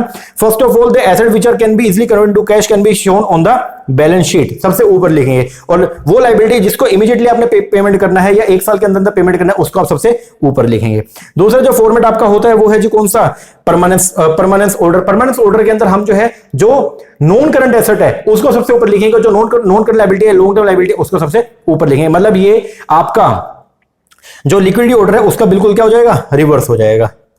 इसके बाद आएगा क्लासिफिकेशन ऑफ एसेट की अगर बात करते हैं सबसे पहले आती है आपकी कौन सा, फिक्स एसेट। फिक्स एसेट जो है वो क्या, फिक्स एसेट वो है जो रिलेटिवली परमानेंट नेचर की होती है, जिसको हम बिजनेस के अंदर क्या करते हैं, ऑपरेशन करने के लिए इस्तेमाल किया जाता है और इसको सेल के लिए नहीं लाते हैं। करंट एसेट जनरली कौन सी होती है, करंट एसेट वो है जो नॉर्मल ऑपरेटिंग साइकिल के अंदर कैश के अंदर जो है वो क्या हो जाएगी, कन्वर्ट हो जाएगी, या फिर जो 12 महीने के अंदर कैश में क्या हो जाएगी, कन्वर्ट। एक होता है liquid asset, liquid asset like cash हो गया। तो लिक्विड एसेट विच आर इधर इन कैश फॉर्म और can be easily converted into cash, उसको बोलते हैं हम लोग क्या, लिक्विड एसेट। एक होते हैं फिक्टिशियस या नॉमिनल एसेट। ये क्या होता है, ऐसी एसेट जिसको आप ना तो कैश में कन्वर्ट कर सकते और ना ही उससे आपको कोई फर्दर बेनिफिट मिलेगा, इसको बोलते हैं आप लोग क्या, फिक्टिशियस एसेट। इसको ये बेसिकली जो हमारे लॉसेस होते हैं जिसको हम जो है वो एसेट साइड के ऊपर शो करते हैं और धीरे धीरे करके इसको क्या करते हैं, राइट ऑफ करते हैं। एक होता है वास्टिंग एसेट। वास्टिंग एसेट की अगर बात करें तो जैसे ये आपने अगर कोई डैम क्या बोलते हैं कोई माइन जो है वो ले लिया, अब जैसे जैसे आप जो है वो क्या करोगे, अगर माइन से जो है वो खनन करते रहोगे तो वैसे वैसे उसकी जो वैल्यू है वो क्या होती रहेगी, कम होती रहेगी। इसको बोलते हैं वास्टिंग, विच गेट एग्जॉस्टेड और are consume over a period of time. Tangible ऐसे एसेट जिसको हम टच सीन कर सकते हैं वो टेंजिबल, और इनटेंजिबल एसेट जिसको हम टच और सीन नहीं कर सकते। फिर आएगा क्लासिफिकेशन लायबिलिटी। लायबिलिटी को क्लासिफाई किया गया फिक्स या लॉन्ग टर्म लायबिलिटी, जिसको एक साल से मतलब अकाउंटिंग पीरियड के अंदर जिसको हम पेमेंट नहीं करेंगे, करंट लायबिलिटी जिसको नॉर्मल अकाउंटिंग पीरियड के अंदर पेमेंट, नॉर्मल अकाउंटिंग साइकिल में पेमेंट कर देंगे, या जिसको बेसिकली हम लोग जो एक साल के अंदर क्या कर देंगे, पेमेंट कर देंगे। कंटीजेंट जो किसी एक इवेंट के ऊपर डिपेंड करता है, अगर वो इवेंट हैपन हो गया तो ये लायबिलिटी अराइज होगी, नहीं तो वो लायबिलिटी अराइज नहीं होगी।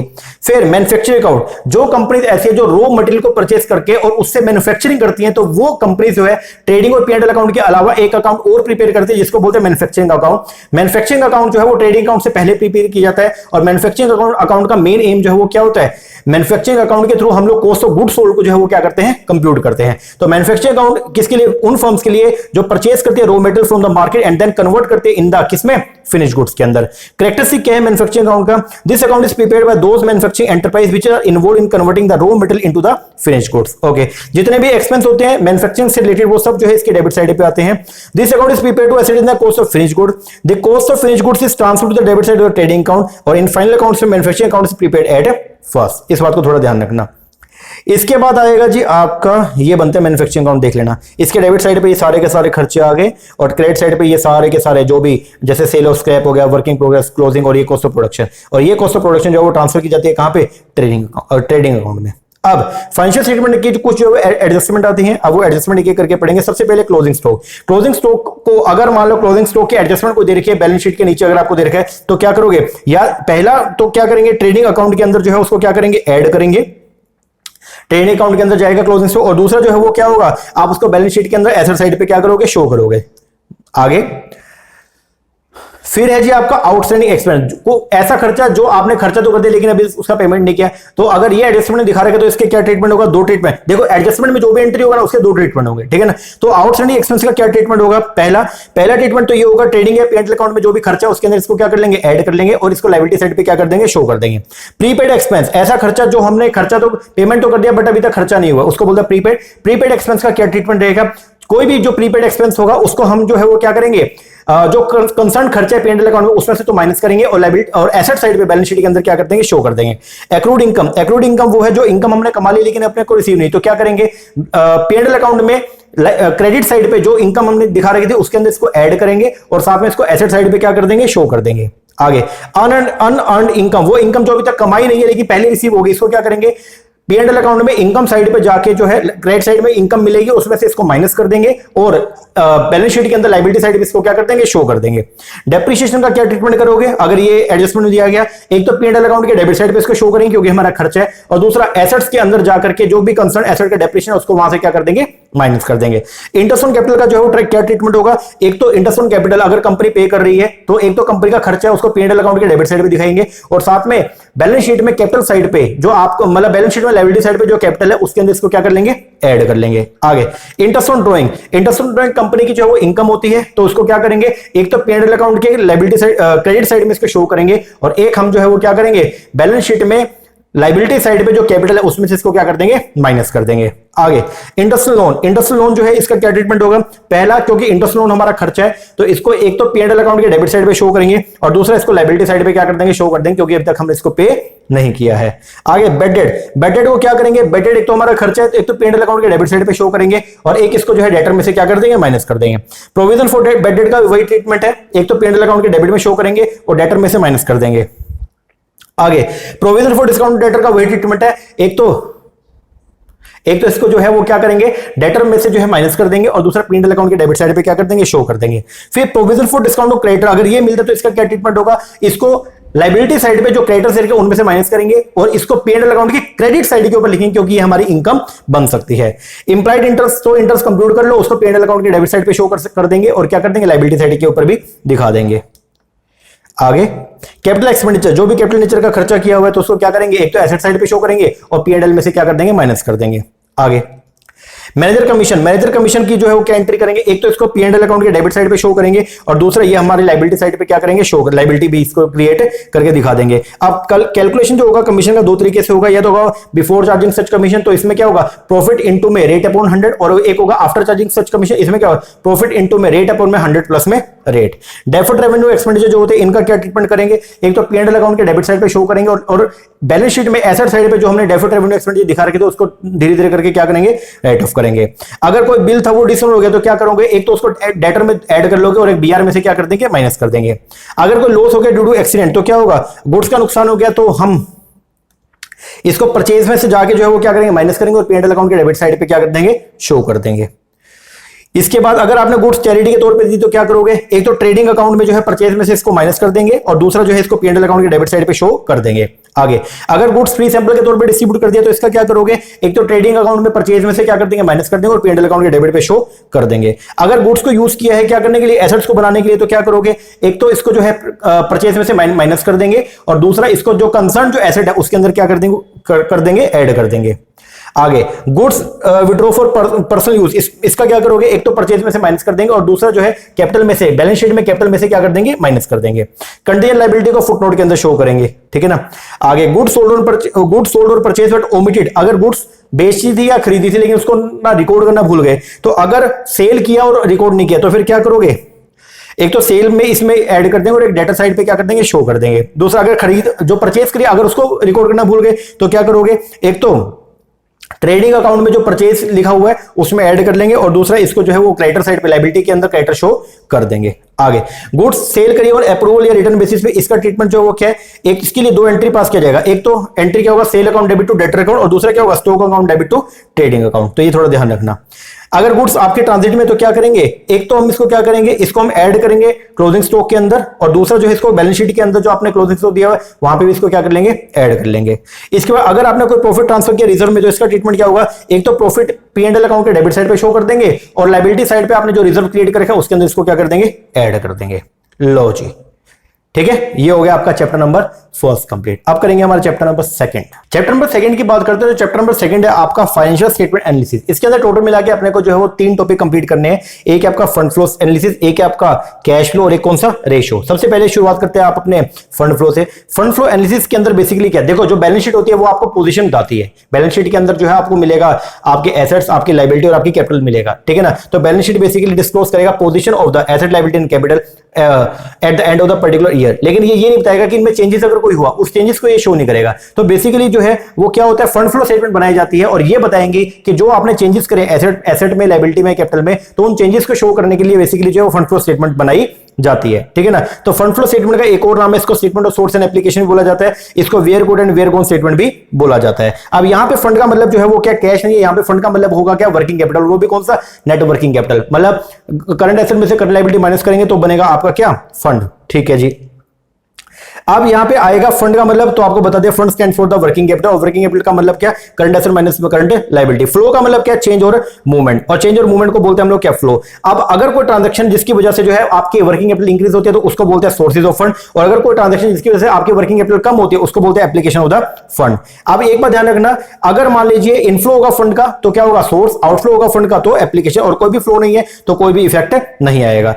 आप बोलते हैं ये जो आपने कोई भी ट्रांजैक्शन को फ्लो तभी बोलेंगे अगर उसका एक साइड जो है वो क्या हो, करंट कैटेगरी और एक क्या हो, नॉन करंट कैटेगरी हो। तो यहां पे जो है वो क्या बोलते हैं, one current and one non current तो फ्लो फंड माना जाएगा। अगर दोनों के दोनों करंट है या दोनों के दोनों नॉन करंट है तो कोई भी फ्लो फंड नहीं होगा। अब यहां पे प्रिपेयर किया जाएगा schedule of change in working capital. अब यहां पे जो है वो क्या होगा, ए डिक्रीज इन करंट, अगर करंट एसेट जो है वो क्या होती है, कम होती है, तो उसकी वजह से क्या होगा, आपका वर्किंग कैपिटल जो है वो क्या होगा, सॉरी, एक increase in current asset, current asset के बढ़ने पर वर्किंग कैपिटल बढ़ेगा, करंट एसेट के कम होने पर वर्किंग कैपिटल कम होगा, करंट लायबिलिटी के बढ़ने पर वर्किंग कैपिटल कम होगा और करंट लायबिलिटी के कम होने पर वर्किंग कैपिटल बढ़ेगा। तो करंट एसेट और वर्किंग कैपिटल में पॉजिटिव इफेक्ट होता है और करंट लायबिलिटी और वर्किंग कैपिटल के अंदर नेगेटिव इंपैक्ट होता है। अब प्रोसीजर क्या देगा फंड फ्लो स्टेटमेंट को प्रिपेयर करने का, तो यहां पे सबसे पहले आप लोग जो है वो क्या करते हो, फंड फ्रॉम ऑपरेशन को क्रिएट करते हो। फंड फ्रॉम ऑपरेशन के अंदर आप जो है वो क्या करते हैं, जो प्रॉफिट आएगा उस प्रॉफिट के अंदर ये सब आइटम को जो है वो क्या करोगे, ऐड करोगे। जो भी नॉन फंड आइटम है, डेप्रिसिएशन, एमोर्टाइजेशन, कोई भी नॉन ट्रेडिंग लॉस हो गया, इन सबको क्या करोगे, ऐड करोगे। और प्रॉफिट में से जो है profit on sale of fixed asset, receive of the dividend and interest on investment and increase the value of fixed asset, इन सबको क्या करोगे, माइनस करोगे। माइनस करने पर जो अमाउंट आएगा उसको बोलते हैं फंड फ्रॉम ऑपरेशन। ये वो पैसा है जो हमने ऑपरेशन से कमाया है। और फिर फंड फ्लो स्टेटमेंट बनाई जाती है। फंड फ्लो स्टेटमेंट के अंदर एक साइड पे लिखा जाएगा सोर्सेज, एक पे होगा एप्लीकेशन। तो जहां जहां से आपको पैसा रिसीव हो रहा है बेसिकली वो है आपके सोर्सेज, और जहां जहां पे पैसा गया वो है आपकी क्या, एप्लीकेशन। फंड फ्रॉम ऑपरेशन, यहां से पैसा आया होगा, शेयर इशू करके पैसा आया, डिबेंचर इशू करके पैसा आया, लॉन्ग टर्म लोन्स को रेज करके पैसा आया, सेल ऑफ फिक्स एसेट या लॉन्ग टर्म इन्वेस्टमेंट को सेल करके पैसा आया, और नॉन ट्रेडिंग रिसिप्ट से पैसा आया। तो ये आपके क्या, सोर्सेज। अब यहां पे लिखा जाएगा net decrease in working capital. Sir आपने तो बताया था कि increase in working capital source होता है, बिल्कुल सही बात है, मैंने यहां पे लिखा भी हुआ है क्या, increase in working capital source होता है, पर लिखते टाइम हम इसको कहां पे लिखते हैं, बैलेंसिंग पर्पस के लिए एप्लीकेशन में। और डिक्रीज इन वर्किंग कैपिटल जो है वो एप्लीकेशन पे है, लेकिन उसको लिखते हैं कहां पे, सोर्स के अंदर लिखते हैं, ठीक है ना जी। तो एप्लीकेशन और यूज ऑफ फंड के अंदर क्या आएगा, लॉस फ्रॉम ऑपरेशन हो गया, buyback of equity and redemption of preference share हो गया, रिडम्पशन और डिबेंचर हो गया, repayment of the long term loan हो गया, purchase of fix asset long term investment हो गया, नॉन ट्रेडिंग पेमेंट्स हो गया, and increase in working capital. इसको लिखा जाता है किसके लिए, बैलेंसिंग पर्पस के लिए। ये बात थोड़ा ध्यान रखना, ठीक है। तो इस तरीके से आपका फंड फ्लो स्टेटमेंट जो है वो क्रिएट होती है। इसके बाद आएगा जी आपका cash flow. Cash flow statement, पहली बात तो ये कैश फ्लो स्टेटमेंट के लिए जो है वो अकाउंटिंग स्टैंडर्ड नंबर 3 है, और इंडियस की बात करें तो इंडियस जो है वो कौन सा है, 7 है। तो एज पर AS3 इसका नाम है कैश फ्लो स्टेटमेंट, और एज पर इंडिया 7 जो है इसका नाम क्या, स्टेटमेंट ऑफ कैश फ्लो। अब अपने इंडिया में किसको कैश फ्लो स्टेटमेंट बनानी मैंडेटरी है, तो पहले तो ये लिखा गया अगर कोई ऐसी एंटरप्राइज है, कोई भी ऐसी कंपनी है जिसकी इक्विटी या डेट सिक्योरिटी जो है वो रिकॉग्नाइज्ड स्टॉक एक्सचेंज के अंदर क्या है, लिस्टेड है, और या फिर अगर उसकी टर्नओवर जो है वो 50 करोड़ से क्या एक्सीड है, तो ऐसे कंपनीज को कैश फ्लो स्टेटमेंट जो है प्रिपेयर करना पड़ेगा। कैश फ्लो स्टेटमेंट के अंदर बेसिकली जो है वो बताया जाएगा कैश का इनफ्लो और कैश का आउटफ्लो, मतलब एक पर्टिकुलर पीरियड के अंदर कितना कैश का इनफ्लो हुआ और कितना कैश का आउटफ्लो हुआ, उस सबकी समरी जो जहां रिकॉर्ड की जाती है उसको बोलते हैं कैश फ्लो स्टेटमेंट। कैश का मतलब यहां पे सिर्फ हार्ड कैश नहीं है, बल्कि कैश के अंदर रहेगा कैश एंड कैश इक्विवेलेंट, ठीक है ना। अब जो अपने फंड फ्लो स्टेटमेंट होती है, कैश फ्लो स्टेटमेंट उसी का एक रूप होता है। अगर आप फंड फ्लो स्टेटमेंट को जो है वो प्रिपेयर करते हैं कैश बेसिस पे, तो वो बन जाएगा क्या, कैश फ्लो स्टेटमेंट, ठीक है जी। अब कैश फ्लो स्टेटमेंट जो है वो कैसे बनती है, उसका एक फॉर्मेट होता है। कैश फ्लो स्टेटमेंट के अंदर 3 तरह की एक्टिविटी लिखी जाती है। एक होता है cash flow from operating activity, एक है cash flow from the financing activity, और एक cash flow from operating, cash flow from investing, cash flow from financing. फिर तीनों एक्टिविटी से जितना भी कैश का फ्लो हुआ उसको जोड़ा जाएगा, तीनों एक्टिविटी को जोड़ के उसके अंदर opening balance of cash and cash equivalent जोड़ा जाएगा, और वो किसके को लाएगा, closing balance of the cash and cash equivalent. अब यहां पे जो रिवाइज फॉर्मेट बनेगा, सबसे पहले इसमें बनेगी cash flow from the operating activity. Operating activity की शुरुआत होगी, सबसे पहले ऊपर आएगा नेट प्रॉफिट बिफोर टैक्स, ये आ गया। फिर इसके अंदर कुछ एडजस्टमेंट करेंगे, कुछ आइटम को इसमें ऐड करेंगे, जो नॉन कैश नेचर के आइटम थे जो हमने माइनस कर दिया था उसको दोबारा ऐड करेंगे। प्लस में कोई भी जो बिजनेस नेचर के खर्चे, जो बिजनेस की इनकम नहीं थी उनको इसमें से, जो बिजनेस के एक्सपेंस नहीं थे, मतलब ऑपरेटिंग खर्चे नहीं थे और हमने माइनस कर दिए थे, उसको दोबारा ऐड करेंगे। और जो नॉन बिजनेस इनकम्स है उनको यहां से क्या करेंगे, माइनस करेंगे। माइनस करने के बाद जो भी अमाउंट बचेगा उसको बोलेंगे हम लोग क्या, operating profit before working capital change. फिर इसके अंदर हम क्या करेंगे, वर्किंग कैपिटल को लेके आएंगे, ऐड करेंगे decrease in current asset and increase in current liability, और लेस करेंगे increase in current asset and decrease in current liability. यहां से जो आएगा उसको बोलेंगे cash generate from the operation. इसके बाद इसमें से जो है वो इनकम टैक्स पे जो भी आपने पे कर दिया करंट ईयर में उसको माइनस करेंगे। ये आएगा कैश फ्लो, या कैश अगर पॉजिटिव आया तो cash flow from operating activity, और अगर नेगेटिव आया तो cash use in from operating activity. ये आपका ए पॉइंट आ गया। फिर आएगा इन्वेस्टिंग एक्टिविटी। इन्वेस्टिंग एक्टिविटी के अंदर बेसिकली क्या आएगा, आपने अगर फिक्स एसेट को सेल किया, कोई भी टेंजिबल नेचर की फिक्स एसेट को या इंटेंजिबल नेचर की फिक्स एसेट को अगर आपने सेल किया, या कोई करंट इन्वेस्टमेंट या नॉन करंट इन्वेस्टमेंट को अगर आपने सेल कर दिया, सॉरी नॉन करंट इन्वेस्टमेंट को, क्योंकि करंट इन्वेस्टमेंट तो कैश एंड कैश इक्विवेलेंट का पार्ट है। अगर आपको इंटरेस्ट, डिविडेंड या रेंट रिसीव हुआ, ये सब आप इसको ऐड करोगे, और इसमें से purchase of tangible fixed asset, purchase of intangible fix asset, purchase of non current investment, इनको माइनस करेंगे। और करने पर जो भी अमाउंट अगर पॉजिटिव आया है तो बोलेंगे cash flow from investing activity, और अगर नेगेटिव आया तो cash use from investing activity.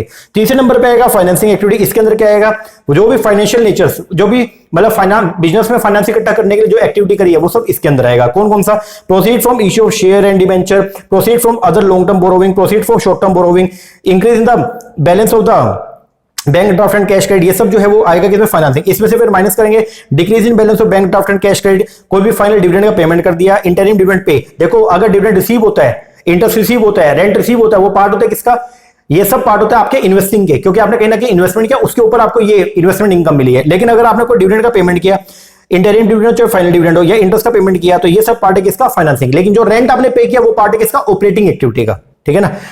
फिर यहां से जो करने के बाद आएगा ये है आपका कैश फ्लो या cash use in the financing activity. तीनों को जोड़ेंगे, जोड़ने पर जो है अमाउंट जो आएगा, मान लो एक्स अमाउंट आ गया, इसमें ऐड करेंगे cash and cash equivalent in the beginning, मतलब ओपनिंग बैलेंस ऐड करेंगे, और ये किसके को लाएगा, cash and cash equivalent at the end आएगा।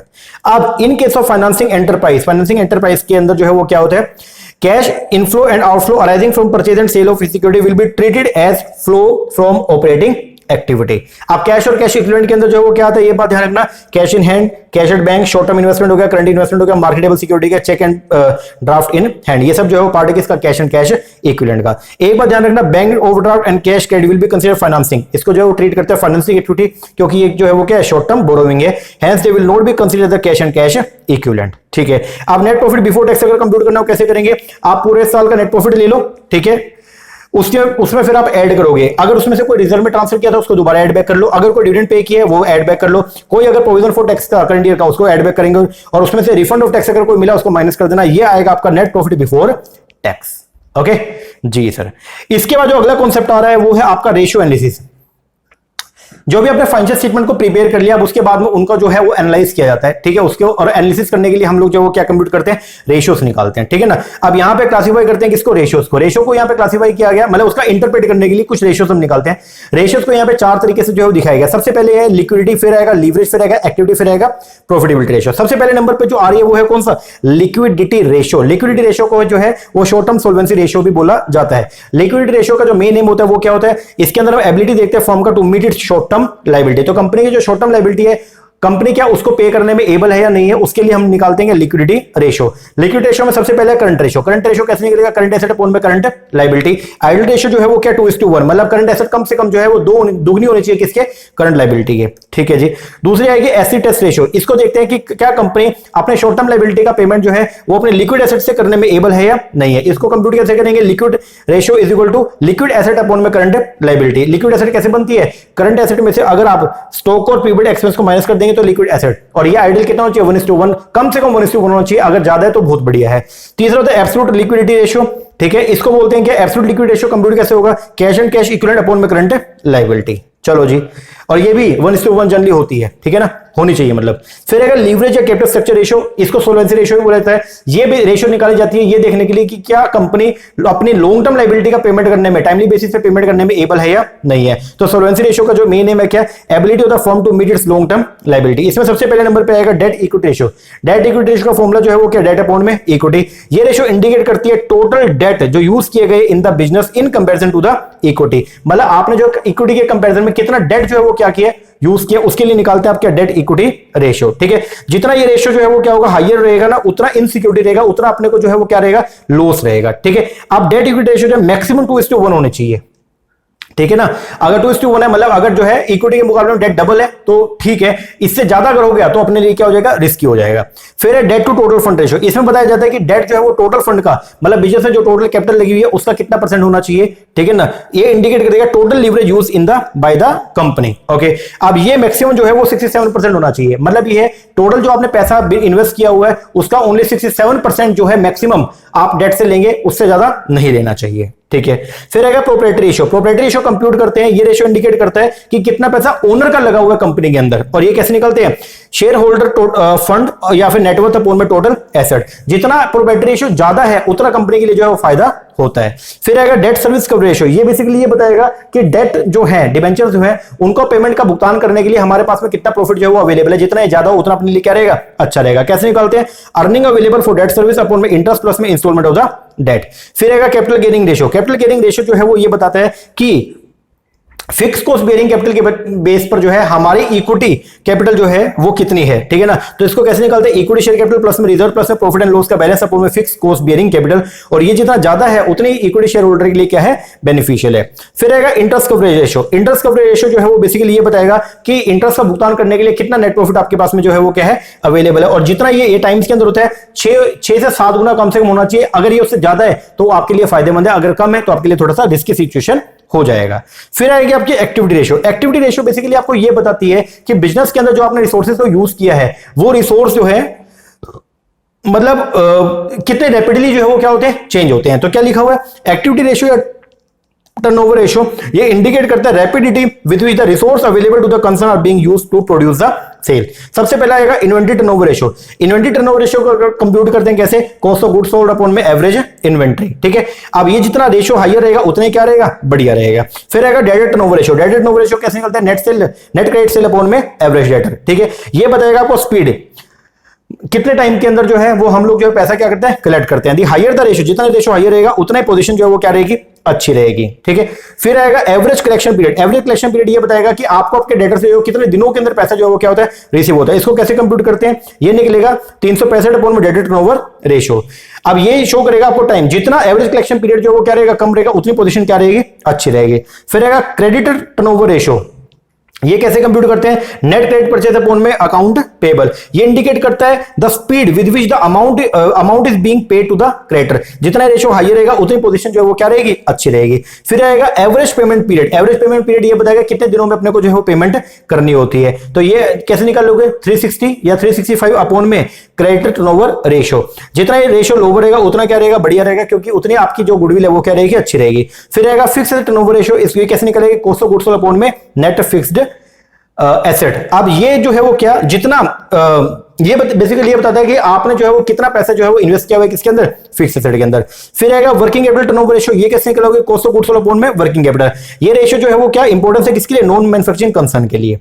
इसके बाद आती है जी आपकी कौन सी प्रॉफिटेबिलिटी रेशियो या इनकम रेशियो। ये मेजर करती है वेरियस एस्पेक्ट ऑफ प्रॉफिटेबिलिटी। ठीक है, इसमें सबसे पहले नंबर पे आएगा GP ratio. GP ratio basically ये बताएगा कि सेल के मुकाबले में आपका जीपी रेशियो जो है वो कितना है। जितना ज्यादा होगा उतनी पोजीशन अच्छी होगी। तो फॉर्मूला क्या रहेगा, जीपी अपॉन में सेल इंटू में 100।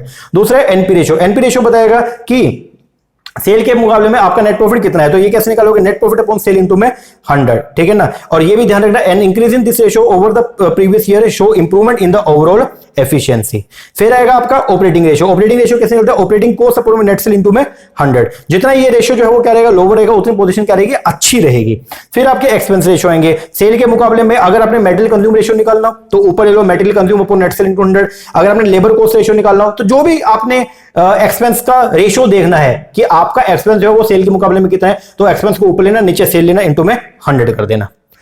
इसके बाद आएगा profitability ratio based on the capital and investment. सबसे पहले यहां पे आएगा return on capital employed. Return on capital employed कैसे निकलेगा, जितना भी कैपिटल आपने एम्प्लॉय किया हुआ है, चाहे वो डेट से चाहे इक्विटी से, जो भी पैसा आपने बिजनेस में लगा रखा है उसके बेस पर कितना रिटर्न कमाया, तो ऊपर जो लेके चलेंगे वो क्या लेके चलोगे, profit before interest dividend tax upon में क्या आएगा, कैपिटल एम्प्लॉयड इनटू में 100। फिर return on shareholder fund, ये कैसे निकालते हो, नेट प्रॉफिट ले लो after interest and tax upon में शेयर होल्डर फंड इनटू में 100। ठीक है ना, ये शेयर होल्डर फंड के ऊपर निकाला। फिर अगर रिटर्न निकालो इक्विटी शेयर होल्डर फंड का, तो वो कैसे निकालोगे, नेट प्रॉफिट ले लो आफ्टर टैक्स और आफ्टर द प्रेफरेंस डिविडेंड, वो जो प्रॉफिट बचेगा वो किसका है, इक्विटी का, और अपॉन में ले लो equity shareholder fund into में 100। ठीक है जी। ईपीएस कैसे निकलता है, ईपीएस निकलता है जी आपका अर्निंग पर शेयर कैसे निकलेगा, नेट प्रॉफिट में से जो आपका earning before earning after tax बचा उसमें से जो है वो प्रेफरेंस वाले का डिविडेंड माइनस कर देना। माइनस करने के बाद जो आपका अमाउंट बचेगा, जो प्रॉफिट बचेगा, उसको डिवाइड कर दो नंबर ऑफ इक्विटी शेयर से, तो आ जाएगा ईपीएस। डीपीएस कैसे आएगा, जितना भी डिविडेंड पे किया इक्विटी शेयर होल्डर को अपॉन में कर दो number of equity share. Dividend pay out ratio निकालना हो तो कैसे निकालेंगे, डिविडेंड पर शेयर अपॉन में earning per share. Earning yield ratio निकालना तो कैसे होगा, यील्ड जो है वो निकलती है हमेशा किसके बेस पर, मार्केट प्राइस के बेस पर, तो कैसे होगा, अर्निंग पर शेयर अपॉन में मार्केट प्राइस पर शेयर। डिविडेंड यील्ड निकालना तो कैसे होगा, डिविडेंड पर शेयर अपॉन में मार्केट प्राइस पर शेयर। और पी रेशियो निकाल लो, प्राइस अर्निंग रेशियो, वो कैसे निकलता है, एमपीएस अपॉन में ईपीएस, और ये किसके अंदर निकलता है आपका, टाइम्स के अंदर। ओके जी सर, तो ये था आपका रेशियो एनालिसिस। लो जी हो गया चैप्टर नंबर सेकंड। अब करते हैं chapter number third. Chapter number third की अगर बात करते हैं तो चैप्टर नंबर थर्ड के अंदर टोटल मिला के 3 कॉन्सेप्ट हमारे आने वाले। एक तो है जी आपका कॉस्ट शीट का, एक है आपका मार्जिनल कॉस्टिंग का, और एक है आपका CVPA, cost volume profit analysis. Okay, तो शुरुआत करते हैं। सबसे पहले आपका आएगा प्रिपरेशन द कॉस्ट शीट। जो पहला आपका टॉपिक है, डेट इज कॉस्ट शीट को प्रिपरेशन करना। कॉस्ट शीट को प्रिपेयर करने के आपके पास में 4 मेथड है, हम उनको देखेंगे। सबसे पहले नंबर पे तो आता है कि भाई कॉस्ट शीट क्या है। तो कॉस्ट शीट बेसिकली एक स्टेटमेंट है जिसको लेके आते हैं क्या करने के लिए, टोटल कॉस्ट का रिकॉर्ड करने के लिए। मतलब आपके बिजनेस के अंदर जो भी आप प्रोडक्ट का मैन्युफैक्चरिंग कर रहे हो उसके ऊपर कितनी टोटल कॉस्ट आ रही है, कितना वेरिएबल आ रहा है, कितना फिक्स कॉस्ट आ रहा है, कितना उसमें ऑफिस कॉस्ट आ रही है, ऑफिस के खर्च आ रहे हैं, कितना उसके अंदर वर्क एक्सपेंस आ रहे हैं। इन सब चीजों को रिकॉर्डिंग करने के लिए जिस शीट का हम इस्तेमाल करते हैं, जिस स्टेटमेंट को हम यूज करते हैं, उसको बोलते हैं बेसिकली क्या, कॉस्ट शीट। तो what is cost sheet, cost sheet एक स्टेटमेंट है पहली बात तो, जिसको यूज किया गया क्या करने में, डिटरमाइन करने में, क्या, total cost of the goods produce और unit in a specified period and in which, जिसमें total cost per unit cost and the cost incurred at the various stages from manufacturing a product to the stage of the making the in saleable are shown. तो manufacturing से लेकर के cell करने तक के जितना भी खर्चा है वो इसके अंदर हम क्या करते हैं, इंक्लूड करते हैं, उसको बोलते हैं हम लोग क्या, कॉस्ट शीट। दोबारा बोलता हूं, कॉस्ट शीट क्या बेसिकली एक स्टेटमेंट है जिसको यूज करते हैं क्या करने के लिए, डिटरमाइन करने के लिए टोटल कॉस्ट, जो भी आपने गुड्स को परचेज किया या जो भी आपने गुड्स या यूनिट्स जो है स्पेसिफाइड पीरियड के अंदर आपने क्या करी, परचेज करी है, ठीक है, उनके ऊपर जितना भी आपका क्या है खर्चा आया, क्या करने पे, उनको मैन्युफैक्चर करने में टोटल कॉस्ट जो भी आई है, पर यूनिट कॉस्ट जो आई है, और जो कॉस्ट इंकर्ड हुई है वेरियस स्टेजेस के ऊपर मैन्युफैक्चरिंग से लेकर के सेल करने पर, सेल के खर्चे भी इसके अंदर इंक्लूड किए जाते हैं, उस स्टेटमेंट को बोलते हैं बेसिकली हम लोग क्या, कॉस्ट शीट। तो कॉस्ट शीट की अगर बात करते हैं तो उसके अंदर ये सब चीजें, ये सब फैक्ट हम जो है उसके अंदर क्या करते हैं, इंक्लूड करते हैं। पहला टोटल क्वांटिटी ऑफ प्रोडक्शन में देखा जाता है, दूसरा टोटल कॉस्ट जो होती है, जो आती है टोटल क्वांटिटी को प्रोड्यूस करने में वो आती है, पर यूनिट कॉस्ट और टोटल क्वांटिटी प्रोड्यूस ये आता है, वेरियस कंपोनेंट जो है कॉस्ट के, मतलब कौन सा प्राइमरी कॉस्ट है, कौन सी आपकी फैक्ट्री कॉस्ट है, कौन सी कॉस्ट ऑफ प्रोडक्शन है, कौन सी कॉस्ट ऑफ गुड्स सोल्ड है, ये सब आती है। डायरेक्ट और इनडायरेक्ट कॉस्ट ऑफ प्रोडक्शन इसके अंदर आती है। The proportion of each individual cost to the total cost ये इसके अंदर आती है। And comparative cost over two period and इस एनालिसिस ये भी इसके अंदर इंक्लूड होती है। तो ये सब कॉस्ट शीट के अंदर आपके आते हैं।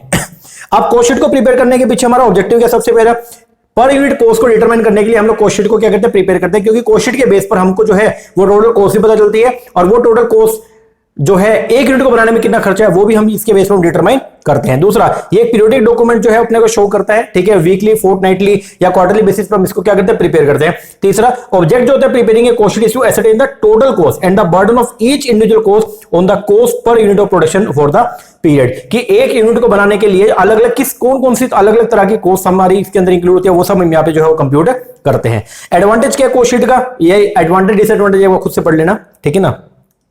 अब मैं सीधा मेन चीज पे आता हूं, type of cost sheet. Type of cost sheet के अंदर जो है सबसे पहले आता है simple cost sheet. Simple cost sheet देखो चार तरह की कॉस्ट शीट है, एक है सिंपल, एक है कॉस्ट शीट विद प्रॉफिट, एक है cost sheet with statement of profit, एक है कंपैरेटिव कॉस्ट शीट। सबसे पहले नंबर पे जो आएगा वो कौन सा, सिंपल कॉस्ट शीट। अब सिंपल कॉस्ट शीट कौन सी होती है, in simple cost sheet expense होते हैं ना, ईच आइटम ऑफ कॉस्ट उसको क्लासिफाई किया जाएगा, सारे खर्चे को हम लोग पहले क्या करेंगे, क्लासिफाई करेंगे और उसको शो किया जाएगा वेरियस हेडिंग में, and along with the total cost of production पर unit cost of each item of expense also determine. तो यहां पे सबसे पहले हम जो है वो क्या करते हैं, सबसे पहले आता है आपका प्राइम कॉस्ट, जो भी डायरेक्ट नेचर का मटेरियल है, डायरेक्ट नेचर के वेजेस, डायरेक्ट नेचर के एक्सपेंस, इन तीनों को जोड़ के जो है क्या निकलती है, प्राइम कॉस्ट। प्राइम कॉस्ट के अंदर जो है वो ऑफिस ओवरहेड जो है या फिर सॉरी फैक्ट्री ओवरहेड जो है इंक्लूड किए जाते हैं, तो वो आती है आपकी वर्क कॉस्ट, या इसको बोलते हैं फैक्ट्री कॉस्ट। फैक्ट्री कॉस्ट के अंदर हम जो है ऑफिस एक्सपेंसेस को क्या करते हैं, ऐड करते हैं, तो आएगी आपकी कॉस्ट ऑफ प्रोडक्शन, और उसके अंदर सेलिंग एंड डिस्ट्रीब्यूशन एक्सपेंस को क्या करेंगे, ऐड करेंगे, तो निकलेगी आपकी क्या, टोटल कॉस्ट, ठीक है ना।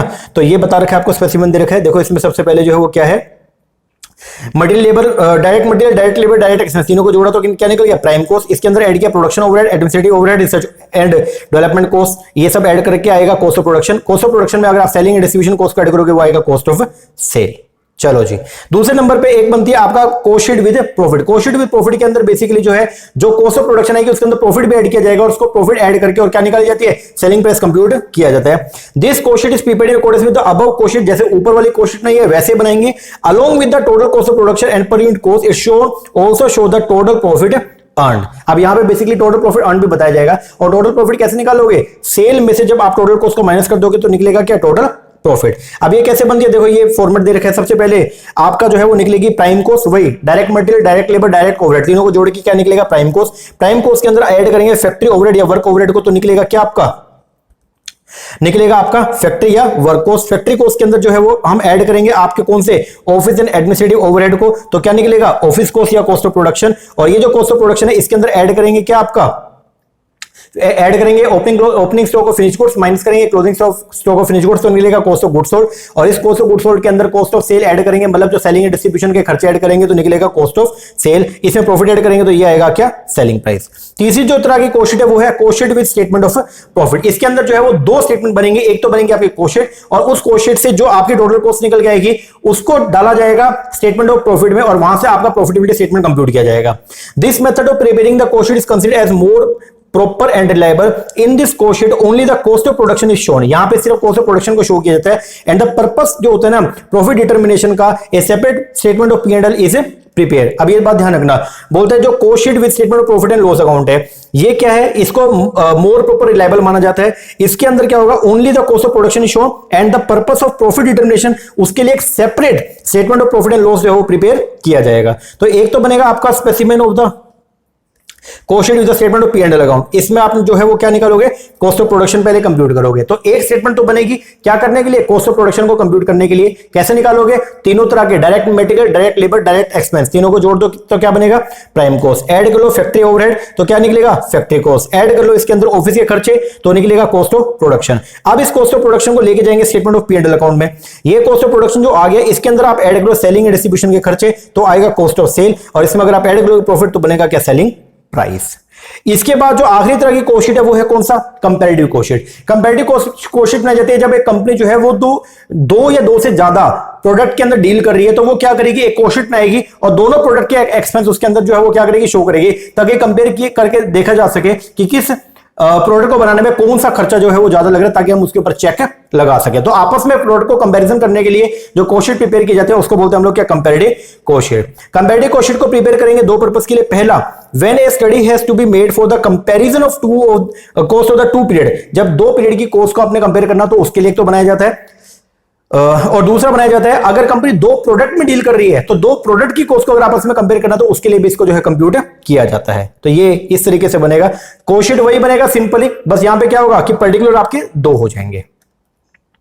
लो जी, अब आ गया एक्सप्लेनेशन, हर एक कोर्स का एक्सप्लेनेशन। सबसे पहले नंबर पे आएगा प्राइम कोस्ट। ज्यादा बताने की जरूरत नहीं है, पहली बात बस ये ध्यान रखना, प्राइम कोस्ट को जो है वो डायरेक्ट कोस्ट भी बोला जाता है, प्राइम कोस्ट को फर्स्ट कोस्ट या फ्लैट कोस्ट भी बोला जाता है। और प्राइम कोस्ट कैसे बनती है, तीन तरह की डायरेक्ट नेचर के खर्चों को जोड़ के। प्राइम कोस्ट में आएगा direct material, direct wages and direct expense, इन तीनों को जोड़ के क्या निकलेगी, प्राइम कोस्ट। प्राइम कोस्ट के बाद में दूसरा आता है फैक्ट्री कोस्ट। ये कैसे निकलता है, फैक्ट्री को अगर आप प्राइम कोस्ट के अंदर फैक्ट्री के खर्चों को अगर ऐड कर लो, जो भी इनडायरेक्ट फैक्ट्री के खर्चे होते हैं इनडायरेक्ट नेचर के, तो अगर आप इनको ऐड कर लो, फैक्ट्री के सारे फैक्ट्री के खर्चों को अगर ऐड कर लो प्राइम कोस्ट के अंदर तो क्या बन जाएगा आपका, फैक्ट्री कोस्ट। ठीक है, इसके बाद में जो है वो अगला आएगा कौन सा, ऑफिस कोस्ट। ऑफिस कोस्ट क्या होता है, अगर आप जो है वो क्या करते हो, जो आपकी ये है ना, जो आपकी फैक्ट्री कॉस्ट आ गई है, अगर आप इस फैक्ट्री कॉस्ट के अंदर ऑफिस के खर्चों को क्या कर लो, ऐड कर लो। When office and administrative expense are added to the factory cost तो बनेगा क्या, कॉस्ट ऑफ प्रोडक्शन। और उसका टोटल कॉस्ट कैसे निकलेगा, कॉस्ट ऑफ प्रोडक्शन में अगर आप सेलिंग डिस्ट्रीब्यूशन के खर्चों को जोड़ दो तो ये बन जाएगी आपकी क्या, टोटल कॉस्ट। ठीक है जी, अब आएगा यहां सम अदर इंपॉर्टेंट पॉइंट। सबसे पहले कॉस्ट ऑफ गुड्स सोल्ड, ये कैसे निकलता है, कॉस्ट ऑफ प्रोडक्शन के अंदर अगर आप जो वो ऐड कर लोगे opening stock of finish goods minus करोगे closing stock of finish goods तो निकलेगा cost of goods sold. Cost of sale जो है ये क्या होती है, जब आप सेलिंग एंड डिस्ट्रीब्यूशन के खर्चों को जो है वो कॉस्ट ऑफ गुड्स सोल्ड में ऐड कर दोगे तो वो बनता है आपका कॉस्ट ऑफ सेल। फिर profit on goods sold and the net profit, ये कैसे निकालते हैं, कॉस्ट ऑफ गुड्स सोल्ड के अंदर हम जो है वो क्या करते हैं, प्रॉफिट ऑन गुड्स सोल्ड को ऐड करते हैं तो निकलेगी क्या, सेल। और अगर प्रॉफिट में से सेलिंग एंड डिस्ट्रीब्यूशन खर्चों को माइनस करते तो क्या निकलेगा, नेट प्रॉफिट। वैल्यूएशन कैसे करते हैं, वर्किंग प्रोग्रेस का दो तरीके हैं। कुछ लोग जो है वो वैल्यूएशन करते हैं on the base of the prime cost और कुछ करते हैं किसके बेस पर, फैक्ट्री कॉस्ट। तो वो डिपेंड करता है अलग अलग लोगों के ऊपर। तो मतलब आपकी बैलेंस शीट में अगर वर्किंग प्रोग्रेस है तो उसकी वैल्यू कितनी दिखाएंगे, तो या तो दिखाएंगे प्राइम कॉस्ट के बेस पर जिसमें तीन तरह के खर्चे जोड़ लेंगे, direct material, direct labour, direct overhead. और कुछ लोग जो है वो वर्किंग प्रोग्रेस के शो करते हैं किसके ऊपर, फैक्ट्री कॉस्ट पे, तो उसके अंदर क्या होगा, प्राइम कॉस्ट के अंदर फैक्ट्री एक्सपेंस को भी क्या कर देंगे, इंक्लूड करके दिखा देंगे। अब calculation of profit by percentage on cost, ये कैसे कंप्यूट करेंगे, तो ये थोड़ा सा देख लेना एक बार। इस तरीके से हम इसको जो है वो क्या करते हैं, कंप्यूट करते हैं। अब item not include in the cost sheet, ये सब आइटम वो है जिसको कॉस्ट शीट के अंदर इंक्लूड नहीं करते। जो प्योर फाइनेंशियल नेचर के आइटम होते हैं ना उसको कॉस्ट शीट के अंदर इंक्लूड नहीं करते। जैसे एबनॉर्मल लॉस ऑफ मटेरियल हो गया, प्लेनरी एक्सपेंस या गुडविल रिटर्न ऑफ हो गया, या इनकम टैक्स, वेल्थ टैक्स, मतलब ये वो सारे फाइनेंशियल नेचर के खर्चे जो प्योरली फाइनेंशियल नेचर के हैं उनको कॉस्ट शीट के अंदर कभी भी इंक्लूड नहीं किया जाता है। तो ये तो हो गया आपका कॉस्ट शीट। चार मेथड है कॉस्ट शीट को प्रिपेयर करने के लिए, चारों आपको मैंने बता दिया। यहां से क्वेश्चन बन सकता है कि आपके प्राइम कॉस्ट कौन सी होती है, फैक्ट्री कॉस्ट कौन सी होती है, वर्क कॉस्ट कौन सी होती है, कॉस्ट ऑफ गुड्स सोल्ड क्या होता है, तो ये थोड़ा सा आप देख लीजिएगा। ठीक है ना, चलो जी। अब आएगा मार्जिनल कॉस्टिंग। मार्जिनल कॉस्टिंग की अगर बात करते हैं तो यहां पे जो है वो क्या, मार्जिनल कॉस्टिंग स्पेसिफिक टेक्निक है किसका, कॉस्ट को एनालाइज करने का। ओके, अब इसके अंदर बेसिकली हम जो है वो क्या करते हैं, यहां ये मार्जिनल टेक्निक जो है, मार्जिनल कॉस्टिंग जो है वो हेल्प करता है मैनेजमेंट को क्या करने में, कॉस्ट कंट्रोल करने में and various managerial decision making में। देखिएगा हमको मालूम है टोटल कॉस्ट के अंदर दो तरह की कॉस्ट आती है, एक आती है फिक्स और एक होती है कौन सी, आपका वेरिएबल कंपोनेंट। ठीक है ना, फिक्स एक्सपेंस जो है वो क्या होते हैं, हमेशा एग्रीगेट के अंदर क्या रहेंगे, फिक्स रहेंगे, जबकि वेरिएबल कंपोनेंट जो है वो पर यूनिट आपके फिक्स रहते हैं, लेकिन एग्रीगेट में लेवल ऑफ आउटपुट के हिसाब से वो क्या होते रहते हैं, चेंज होते रहते हैं। तो पहले तो ये है मार्जिनल कॉस्ट क्या है, मार्जिनल कॉस्ट को वेरिएबल कॉस्ट के नाम से भी जो है वो क्या करते हैं, पुकारते हैं। Marginal cost is the amount at any given volume of output by which aggregate cost जो है वो क्या होती है, चेंज होती है। ये बात ध्यान रखना, वेरिएबल कॉस्ट है पर यूनिट हमेशा क्या रहेगा, सेम रहेगा, लेकिन मैग्नीट्यूड के अंदर जो है वो क्या होती रहेगी, चेंज होती रहेगी। मतलब ये है कि अगर आप एग्रीगेट में देखोगे तो वो चेंज होता रहेगा। जैसे पर यूनिट अगर 2 रुपए है तो 1000 यूनिट बनाओगे तो 2000 आएगा, 3000 यूनिट बनाओगे तो कितना आ जाएगा, आपकी 6000 हो जाएगा। पर यूनिट तो 2 रुपए है ना, तो पर यूनिट फिक्स रहेगा, लेकिन आपके टोटलिटी के अंदर चेंज होते रहेगा। लेकिन जो फिक्स कॉस्ट होती है वो आपकी टोटल के अंदर जो है वो क्या रहती है, हमेशा फिक्स रहती है। ठीक है, अब यहां पे आएगा, देखो एक बार क्या, जो आपकी मार्जिनल कॉस्ट है उसके अंदर क्या आएगा, मार्जिनल कॉस्ट में आपकी प्राइम कॉस्ट भी आती है, क्योंकि प्राइम कॉस्ट के अंदर direct material, direct labour, direct overhead, ये तीनों वेरिएबल नेचर के होते हैं। और साथ में इसमें जो भी फैक्ट्री के वेरिएबल ओवरहेड होते हैं ना, वो सारे भी इसके अंदर इंक्लूड किए जाते हैं। अब मार्जिनल कॉस्ट का मतलब बता रखे हैं यहां पे क्या है, मार्जिनल कॉस्ट एक कॉस्टिंग मेथड है which charge the product with only those cost that very direct from volume. मतलब वो कॉस्ट जो वॉल्यूम के हिसाब से क्या होती है, चेंज होती रहती है, कभी ज्यादा कभी कम। वॉल्यूम ज्यादा तो डायरेक्ट कॉस्ट भी आपका मार्जिनल कॉस्ट भी ज्यादा रहेगा, वॉल्यूम कम तो मार्जिनल कॉस्ट भी कम रहेगा। उस कॉस्ट को बोलते हैं हम लोग क्या, मार्जिनल कॉस्ट।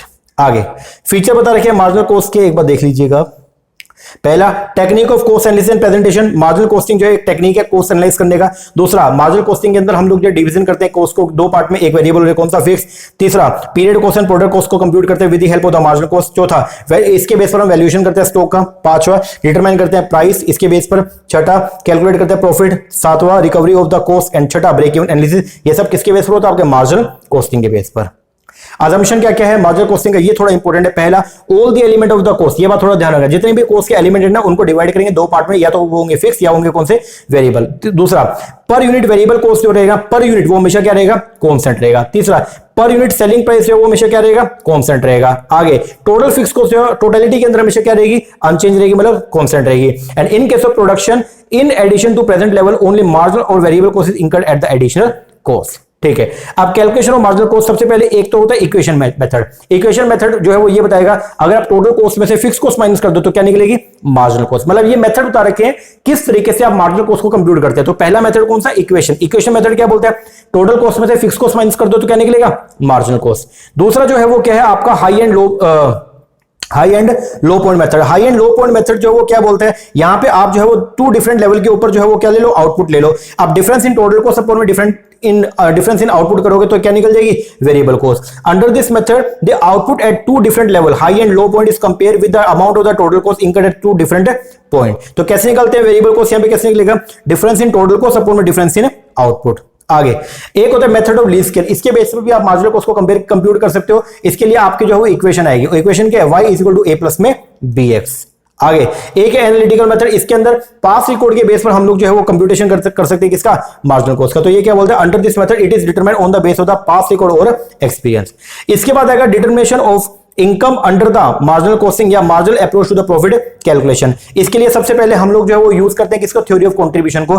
तो कंट्रीब्यूशन को कंप्यूट करने के मेथड बता रखे हैं आपको यहाँ पे, from the view point of the where from it comes. तो कंट्रीब्यूशन का फॉर्मूला क्या होता है, contribution is equal to sale minus में वेरिएबल कॉस्ट। दूसरा, from the view point of how it is apply, अगर इसको अप्लाई करते हैं तो फॉर्मूला क्या रहेगा, contribution is equal to fix cost plus में प्रॉफिट। अब इस तरीके से इसको अप्लाई कर सकते हैं। अब यहां पे 3 चीजें हैं, ध्यान रखना। अगर कंट्रीब्यूशन 0 हो गया तो ओनली मार्जिनल कॉस्ट से रिकवर हुई है और फर्म को जो है वो फिक्स कॉस्ट का क्या हो गया, लॉस हो गया। अगर कंट्रीब्यूशन नेगेटिव हो गया तो फिर फर्म को जो है वेरिएबल कॉस्ट का भी क्या हो गया, लॉस हो गया। अगर कंट्रीब्यूशन पॉजिटिव है और फिक्स कॉस्ट से क्या है ज्यादा है तो फर्म को क्या होगा, प्रॉफिट होगा, क्योंकि फर्म ने वेरिएबल कॉस्ट और मार्जिनल कॉस्ट दोनों को क्या कर लिया, रिकवर कर लिया। अगर कंट्रीब्यूशन पॉजिटिव है लेकिन फिक्स कॉस्ट से कम है तो फर्म जो वो किसके अंदर है, लॉस में है। और अगर कंट्रीब्यूशन पॉजिटिव है लेकिन फिक्स कॉस्ट के बराबर है तो वो सिचुएशन को बोलेंगे आप लोग क्या, ब्रेक इवन। ब्रेक इवन का मतलब नो प्रॉफिट नो लॉस, क्योंकि फर्म ने इतना पैसा कमाया कि फर्म की वेरिएबल और फिक्स कॉस्ट दोनों की दोनों कॉस्ट जो है वो क्या हो गई है, कवर हो गई है। और यहां पे फर्म जो है वो किसमें, ब्रेक इवन में है। अब आएगा प्रोसीजर फॉर प्रॉफिट डिटरमिनेशन। आप मार्जिनल कॉस्टिंग के बेस पर प्रॉफिट को डिटरमाइन कैसे करते हो, सिंपल सा फॉर्मूला है, सेल में से अगर फिक्स कॉस्ट को माइनस वेरिएबल कॉस्ट को माइनस करेंगे तो क्या निकलेगा, कंट्रीब्यूशन, और कंट्रीब्यूशन में से फिक्स कॉस्ट माइनस करेंगे तो क्या निकलेगा, प्रॉफिट। तो प्रॉफिट डिटरमाइन कैसे होगा, प्रॉफिट ऐसे होगा, सेल में से वेरिएबल कॉस्ट को और फिक्स कॉस्ट दोनों को माइनस करेंगे तो क्या निकलेगा, प्रॉफिट निकलेगा। तो ये इसको बस इस तरीके से यहां पे शो कर दिया। अब यहां पे it should be noted that the above method जो है ना प्रॉफिट डिटरमिनेशन डिफर करता है from that method which is called the absorption costing historical and the total costing and in which A part of the fixed cost is included in the valuation of the stock. Thus the amount of the profit or loss may be different under the two system if there are opening or closing stock. However, the amount of profit will be equal if production is equal to sale and there is no stock. बिल्कुल सही बात है। अब आएगा आपका सीवीपीए की बात करेंगे तो कॉस्ट वॉल्यूम प्रॉफिट एनालिसिस। अब ये बोलता है कि प्रॉफिट जो है वो दो चीजों पर डिपेंड करता है, एक तो डिपेंड करता है वॉल्यूम के ऊपर और एक करता है किसके ऊपर, कॉस्ट के ऊपर, ठीक है ना। अब ये कैसे है देखो एक बार यहां पे, ये देखो फिक्स कॉस्ट हमेशा जो है वो कितना भी आपका वॉल्यूम रहे हमेशा क्या रहेगी, कांस्टेंट रहेगी। वेरिएबल कॉस्ट जो है वो क्या, वॉल्यूम के चेंज होने पर वेरिएबल कॉस्ट इन टोटलिटी जो है वो चेंज होता रहेगा। टोटल कॉस्ट की बात करें तो टोटल कॉस्ट जो है वो क्या, ये मतलब जीरो प्रोडक्शन पे भी कुछ ना कुछ होगी, और ये जो कुछ ना कुछ होती है ये इंटरसेप्ट बोलते हैं, ये क्या है, ये आपका फिक्स कॉस्ट का पोर्शन है। और फिर ये है आपका, अगर आपकी जो है वो वेरिएबल कॉस्ट और टोटल कॉस्ट यहां पे कवर हो जाती है तो उसके बाद जो भी बचेगा ये सब क्या होगा, आपका प्रॉफिट होगा।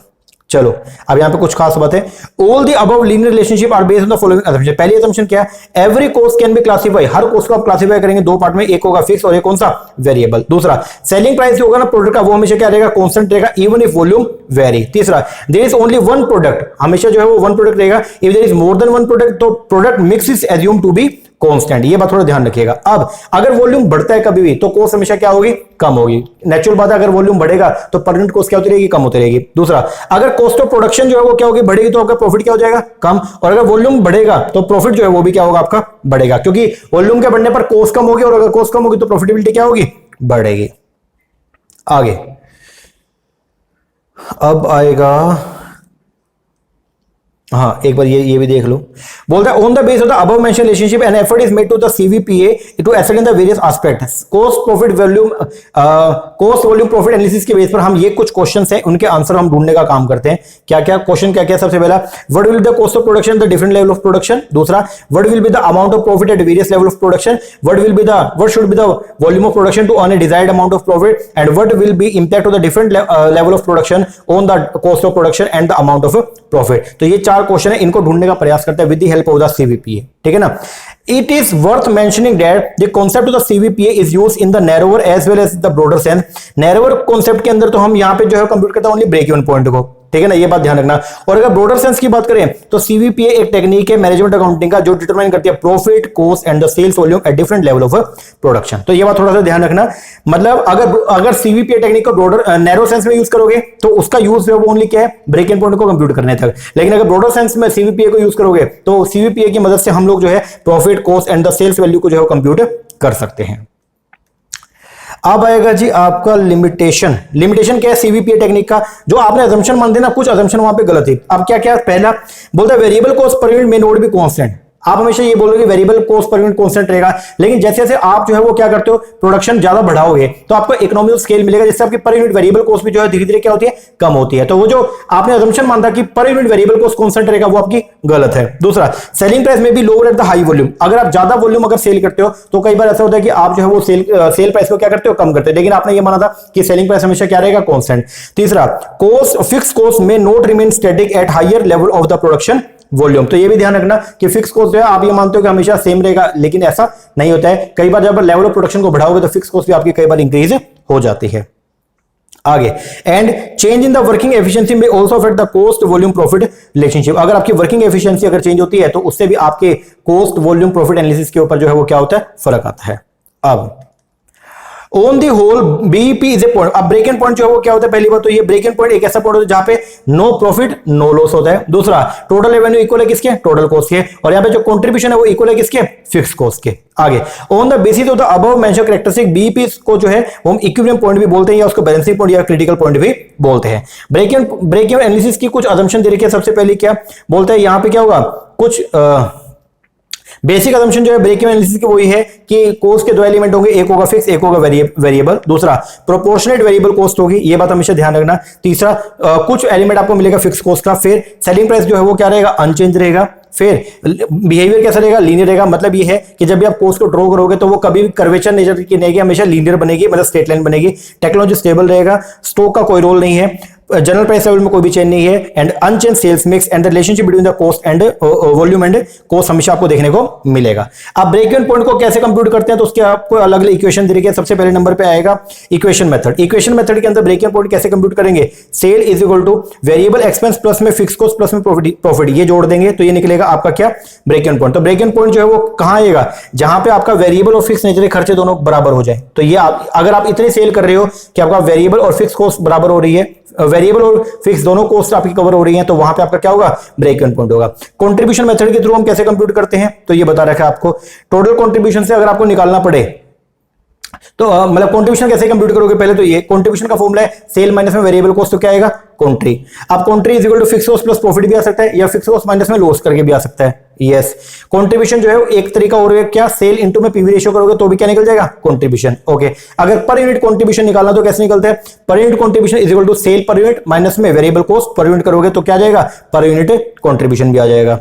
ओके, अब कंट्रीब्यूशन में प्रॉफिट में क्या फर्क है ये देखना पड़ेगा। बोलता है कंट्रीब्यूशन के अंदर जो है वो प्रॉफिट भी होता है, ठीक है, and fix cost both. Contribution में प्रॉफिट और फिक्स कॉस्ट दोनों होती है, जबकि profit does not include the fix cost. दूसरा, contribution is based on the concept of marginal cost. Contribution जो वो किसके ऊपर है, मार्जिनल कॉस्ट के बेस पर बनाया जाता है, while profit is based common man concept of the sale and cost. आगे, contribution above the break even point जो है वो क्या बनता है, प्रॉफिट बनता है, जबकि profit is expected only after covering the variable and the break even fix cost. आगे, अब है प्रॉफिट वॉल्यूम रेशियो या पीवी रेशियो। पीवी रेशियो जो है वो क्या, it is the ratio the contribution to the sale and is expressed generally in terms of the percentage. तो PV ratio जो हमेशा किसमें होगा, परसेंटेज के अंदर होगा, ठीक है। इसको कंट्रीब्यूशन रेशियो या कंट्रीब्यूशन अपॉन सेल रेशियो या फिर मार्जिनल इनकम परसेंटेज रेशियो जो है वो भी बोला जाता है। पीवी रेशियो को कंप्यूट किया जाता है क्या करने के लिए, जो आपका बिजनेस ऑपरेशन है उनकी प्रॉफिटेबिलिटी को कंप्यूट करने के लिए। ओके, अब पीवी रेशियो का फॉर्मूला बता रखा है। पीवी रेशियो कैसे निकलेगा, कंट्रीब्यूशन अपॉन सेल इनटू में 100, एक तरीका तो ये है, ठीक है। एक और तरीका क्या है, पीवी रेशियो कैसे निकलेगा, कंट्रीब्यूशन की जगह आप जो है यहां पे क्या ले लो, फिक्स कॉस्ट प्लस में प्रॉफिट जोड़ दोगे तो वो भी क्या आएगा, कंट्रीब्यूशन। तो fix cost plus profit upon में सेल इनटू में 100, इस तरीके से भी आप लोग जो है वो पीवी रेशियो को कंप्यूट कर सकते हो। अब ब्रेक इवन पॉइंट निकालना तो उसका मेथड क्या, ब्रेक इवन पॉइंट कैसे निकलेगा, फिक्स कॉस्ट इनटू में सेल अपॉन कंट्रीब्यूशन करके, या एक और मेथड फॉर्मूला क्या है, फिक्स कॉस्ट इनटू में सेल पर यूनिट अपॉन में कंट्रीब्यूशन पर यूनिट, या fix cost upon PV ratio करोगे तो भी ब्रेक इवन पॉइंट आ जाएगा, या सेल में से अगर मार्जिन ऑफ सेफ्टी वाली सेल को अगर माइनस कर दो, अगर सेल्स में से मार्जिन ऑफ सेफ्टी वाली सेल माइनस करोगे तो क्या आएगा, ब्रेक इवन पॉइंट। क्योंकि मार्जिन ऑफ सेफ्टी वाली जो सेल होती है उसके अंदर प्रॉफिट एलिमेंट ऐड होता है, अगर वो हटा दोगे वहां से तो जो बचेगा वो क्या होगा, ब्रेक इवन पॉइंट। अगर ब्रेक इवन पॉइंट अपने यूनिट्स में निकालना तो फॉर्मूला क्या, फिक्स कॉस्ट अपॉन में कंट्रीब्यूशन पर यूनिट, या फिर बीईपी अपॉन में सेलिंग प्राइस पर यूनिट। इस तरीके से आप जो है वो ब्रेक इवन पॉइंट को भी कंप्यूट कर सकते हो। हालांकि क्लासेस में करवाया था थोड़ा फास्ट टेक पे, तो फॉर्मूला आपको लर्न करके जाना पड़ेगा। पेपर में डायरेक्टली फॉर्मूला आता है और बोलता है कौन सा सही है कौन सा गलत है।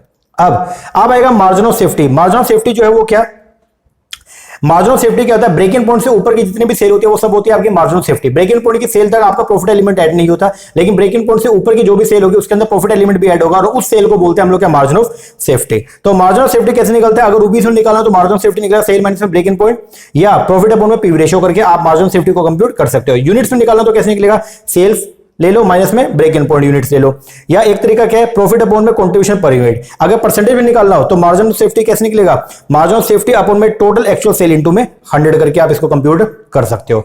It is clear that MOS is that sale which is above the break even point. ये बात ध्यान रखना, मार्जिन ऑफ सेफ्टी वो सेल होती है जो ब्रेक इवन पॉइंट से क्या होती है, ऊपर होती है। All fix expense are recovered at break even point.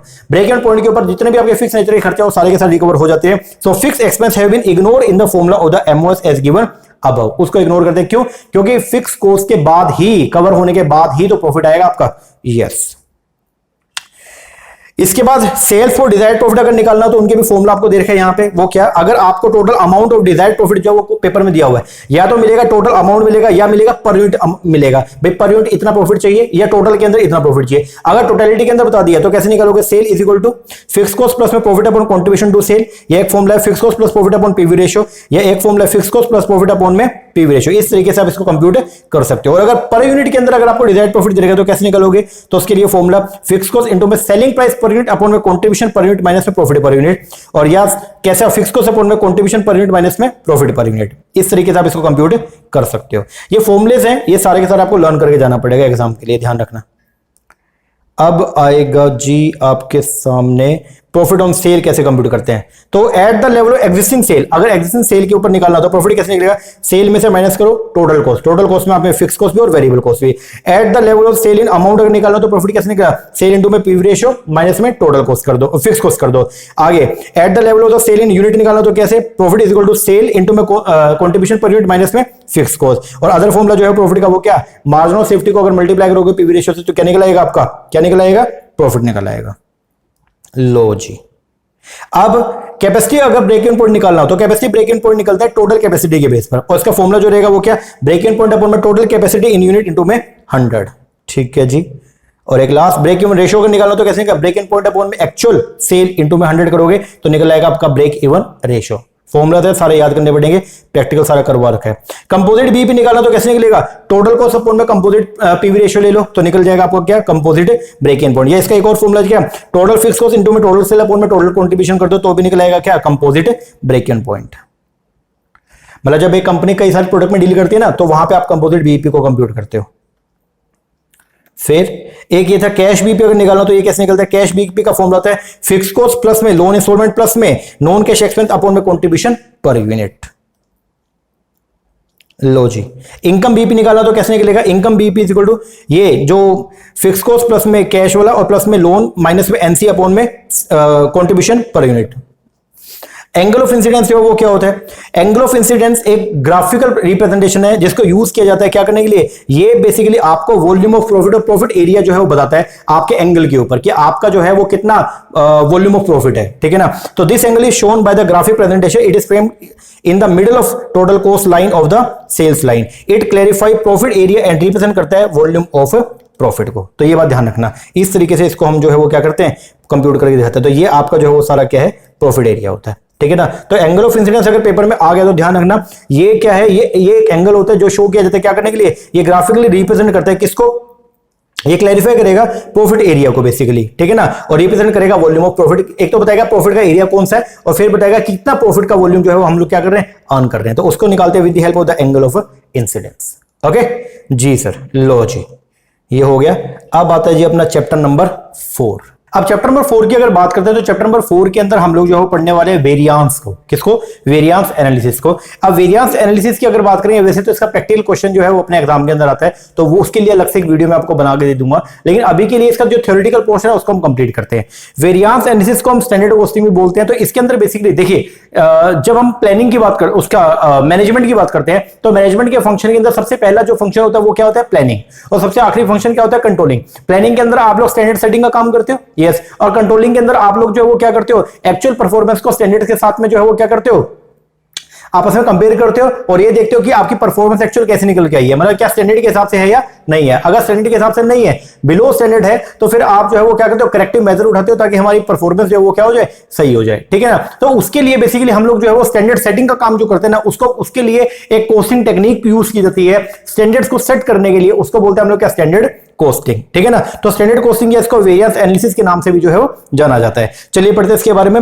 Standard costing is one of the most important technique है किसका, मैनेजमेंट अकाउंटिंग एंड कंट्रोल का। तो मैनेजमेंट कंट्रोल अगर करना है तो उसके लिए स्टैंडर्ड कोस्टिंग को जर्नी फर्म जो है वो क्या करती है, यूज करती है। अब क्वेश्चन ये है कि स्टैंडर्ड क्या है, स्टैंडर्ड को बोलते हैं हम लोग क्या, it is a specific measurement या प्री डिटरमाइंड स्केल या मेजरमेंट होता है, ठीक है ना, जो पहले से आपने डिसाइड कर लिया, ठीक है ना। एक स्पेसिफिक मेजरमेंट या प्री डिसाइडेड मेजरमेंट जो होता है उसको बोलते हैं आप लोग क्या, स्टैंडर्ड। स्टैंडर्ड कॉस्ट जो है एक प्री डिटरमाइंड कॉस्ट होती है which is determined for the production of goods on the basis of certain specified standard under certain specific condition. तो कुछ स्पेसिफिक कंडीशन के अंदर जो आप एक कोस्ट को प्री डिटरमाइन जो कर लेते हो उसको बोलते हो आप लोग क्या, स्टैंडर्ड कॉस्ट। स्टैंडर्ड कॉस्ट या प्री डिटरमाइन कॉस्ट होती है जो डिटरमाइन करती है व्हाट ईच प्रोडक्ट और service should cost under the given circumstance. तो गिवन सर्कमस्टेंस के अंदर कोई एक जो प्रोडक्ट है उसकी कितनी कॉस्ट आनी चाहिए, उस कॉस्ट को बोलते हैं हम लोग क्या, स्टैंडर्ड कॉस्ट। तो जो ऊपर की डेफिनेशन है उनके बेस पर यह बताया गया, पहला स्टैंडर्ड कॉस्ट एक प्री डिटरमाइन कॉस्ट होती है which ought to be under, जो होनी चाहिए सर्टेन सर्कमस्टेंस में। दूसरा,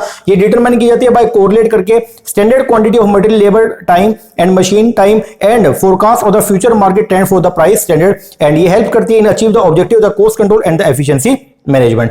कैरेक्टरिस्टिक क्या है या साइलेंट फीचर क्या स्टैंडर्ड कॉस्टिंग है, सबसे पहला स्टैंडर्ड कॉस्टिंग के अंदर हम डिटरमाइन करते हैं सबसे पहले स्टैंडर्ड्स को, यस, फिर कंप्यूट करते हैं एक्चुअल कॉस्ट को, यस, फिर कंपैरिजन करते हैं एक्चुअल कॉस्ट स्टैंडर्ड को, यस, कंप्यूट करते हैं वेरिएंस को निकल के, यस, एसरटेन करते हैं रीजन क्या है वेरिएंस का, यस, फिर स्टडी करते हैं ऑप्शंस का, कौन कौन से ऑप्शंस है हमारे पास में जिनके बेस पर वेरिएंस को हम दूर कर सके, और फिर प्रेजेंट करते हैं रिपोर्ट टू द मैनेजमेंट। तो इसके बेस पर स्टैंडर्ड कॉस्टिंग के बेस पर कंपनी जो है वो ये देखती है कि कौन कौन से ऐसे पॉइंट है जहां पे अपने को सुधार करने की क्या है रिक्वायरमेंट। तो ये बेसिकली कंट्रोल टेक्निक है, ठीक है ना।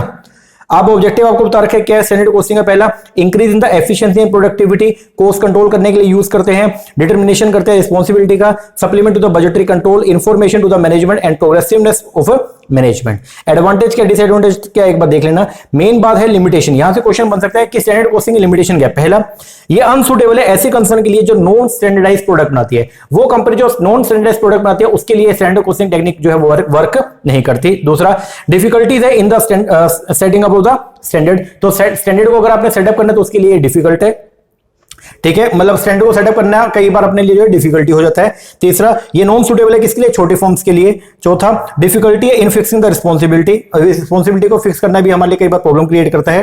फिर अगर बिजनेस कंडीशन चेंज हो रही है तो वहां पे स्टैंडर्ड आपका जो है वर्क प्ले नहीं करेगा। बजटरी कंट्रोल के लिए अगर स्टैंडर्ड कॉस्टिंग करे तो उसके लिए बजटरी कंट्रोल की भी जो है वो क्या है रिक्वायरमेंट है। विदाउट बजटरी कंट्रोल के आपकी जो स्टैंडर्ड कॉस्टिंग टेक्निक है वो कभी भी काम नहीं करती है। एंड फीलिंग ऑफ डिससैटिस्फैक्शन रहता है किसके अंदर, एम्प्लॉइज के अंदर। अब क्वेश्चन ये है एप्लीकेशन स्टैंडर्ड कॉस्टिंग। बोलता है स्टैंडर्ड कॉस्टिंग जो है can be adopted not only manufacturing, सिर्फ ऐसा नहीं है कि मैन्युफैक्चरिंग इंडस्ट्री के ऊपर लगती है बल्कि ये सर्विस ऑर्गेनाइजेशन के ऊपर भी जो है इंपोज होती है। दूसरा, दो it can be use in all type of industry but it more commonly use in the industry producing the standardised product. वैसे तो ये मैन्युफैक्चरिंग फर्म और जो सर्विस फर्म है दोनों के ऊपर लगता है, लेकिन जनरली मैन्युफैक्चरिंग फर्म के ऊपर जो है वो क्या होती है, एप्लीकेबल होती है। इवन इन जॉबिंग इंडस्ट्री के ऊपर भी, जहां पे जॉब जो है वो क्या अलग अलग है, there is considerable scope for the use of the standard. अब टाइप ऑफ स्टैंडर्ड के नाम पे बता रखा है, सबसे पहले नंबर पे आता है बेसिक स्टैंडर्ड। बेसिक स्टैंडर्ड को हम इनिशियल स्टैंडर्ड बोलते हैं, स्टैटिक या फिक्स स्टैंडर्ड बोलते हैं। ये क्या, ये स्टैंडर्ड जो है ये बनते हैं based on the data of some base year at a determine as a base for the long period. तो कोई बेस ईयर था उसके बेस पर जो आप स्टैंडर्ड को सेट करते हो उसको बोलते हैं आप लोग क्या, बेसिक स्टैंडर्ड। फिर आएंगे आपके करंट स्टैंडर्ड। करंट स्टैंडर्ड होते हैं जो करंट कंडीशन के बेस पर बनाए जाते हैं। इसमें आएगा सबसे पहले नंबर पे कौन सा, आइडियल स्टैंडर्ड। आइडियल स्टैंडर्ड क्या होते हैं, जब एक कंपनी जो है वो मोस्ट फेवरेबल कंडीशंस के अंदर वर्क करती है तो उस टाइम पे जो स्टैंडर्ड सेटिंग की जाती है उसको बोलते हैं हम लोग क्या, आइडियल। तो ideal standard is based on working under the most favourable condition and high level of efficiency. एक होता है एक्सपेक्टेड स्टैंडर्ड। ये कौन सा होता है, which can be achieve during the certain budget period. मतलब ये वो स्टैंडर्ड है जो आप एक सर्टेन बजट पीरियड के अंदर जिसको आप क्या करोगे, अचीव करोगे। इसको इसीलिए इनको जो है वो अटेनेबल या प्रैक्टिकल स्टैंडर्ड भी बोला जाता है। और एक होता है कौन सा, नॉर्मल। नॉर्मल स्टैंडर्ड वो होते हैं which is neither very high, ना तो वो ये ज्यादा होते हैं और ना ही बहुत ही कम होते हैं। और ये एस्टेब्लिश किया जाता है keeping in view the seasonal and cyclical fluctuation. तो सीजनल और साइक्लिकल फ्लक्चुएशन को ध्यान में रखते हुए जो स्टैंडर्ड को आप सेट करते हो जो ना तो ज्यादा है और ना ही कम है, उनको बोलते हैं आप लोग क्या, नॉर्मल स्टैंडर्ड। अब यहां पे आएगा मेथड डिटरमाइन करने का स्टैंडर्ड का। एक तो है आपका direct material, direct labour, overhead, इनको जोड़ करके आप लोग जो है वो क्या करते हो, स्टैंडर्ड्स को सेट करते हो। अब वेरिएंस एनालिसिस की अगर हम बात करते हैं, वेरिएंस एनालिसिस, तो यहां पे हम जो है ये देख लो, फंक्शनल बेसिस पे कॉस्ट वेरिएंस निकलता है, सेल्स वेरिएंस है, ऑन द रिजल्ट बेसिस पे फेवरेबल वेरिएंस होगा। अगर मतलब जो सोचा था अगर उससे अच्छा प्रोडक्शन निकल के आया, ठीक है, या कॉस्ट अगर कम आई है, जितनी स्टैंडर्ड कॉस्ट सोची थी उससे अगर कम आई है तो फेवरेबल होगा। एक होता है अनफेवरेबल, अगर एडवर्स हो जाए, नेगेटिव हो जाए तो वो क्या हो जाएगा, अनफेवरेबल। अब कॉजेस ऑफ वेरिएंस जो है वो आएगा यहां पे, इसको आप एक बार रीडिंग कर लेना। मैं सीधा प्रैक्टिकल एस्पेक्ट के ऊपर आ रहा हूं, ठीक है। लो जी, सबसे पहला है material cost variance. Material cost variance जो है यहां पे कंपनी जो है वो मटेरियल कॉस्ट वेरिएंस कैसे निकालती है, तो यहां पे आएगा कैसे, आपका standard cost of material minus में एक्चुअल कॉस्ट। तो मटेरियल कॉस्ट वेरिएंस का फॉर्मूला जो है वो क्या होता है, standard cost of material minus में एक्चुअल। अब स्टैंडर्ड कॉस्ट कैसे निकलती है, स्टैंडर्ड क्वांटिटी इनटू में स्टैंडर्ड प्राइस, और एक्चुअल कॉस्ट कैसे निकलती है, एक्चुअल क्वांटिटी इनटू में एक्चुअल प्राइस। तो इस तरीके से आप लोग जो है वो क्या करते हो, मटेरियल कॉस्ट वेरिएंस को क्या करते हो, कंप्यूट करते हो।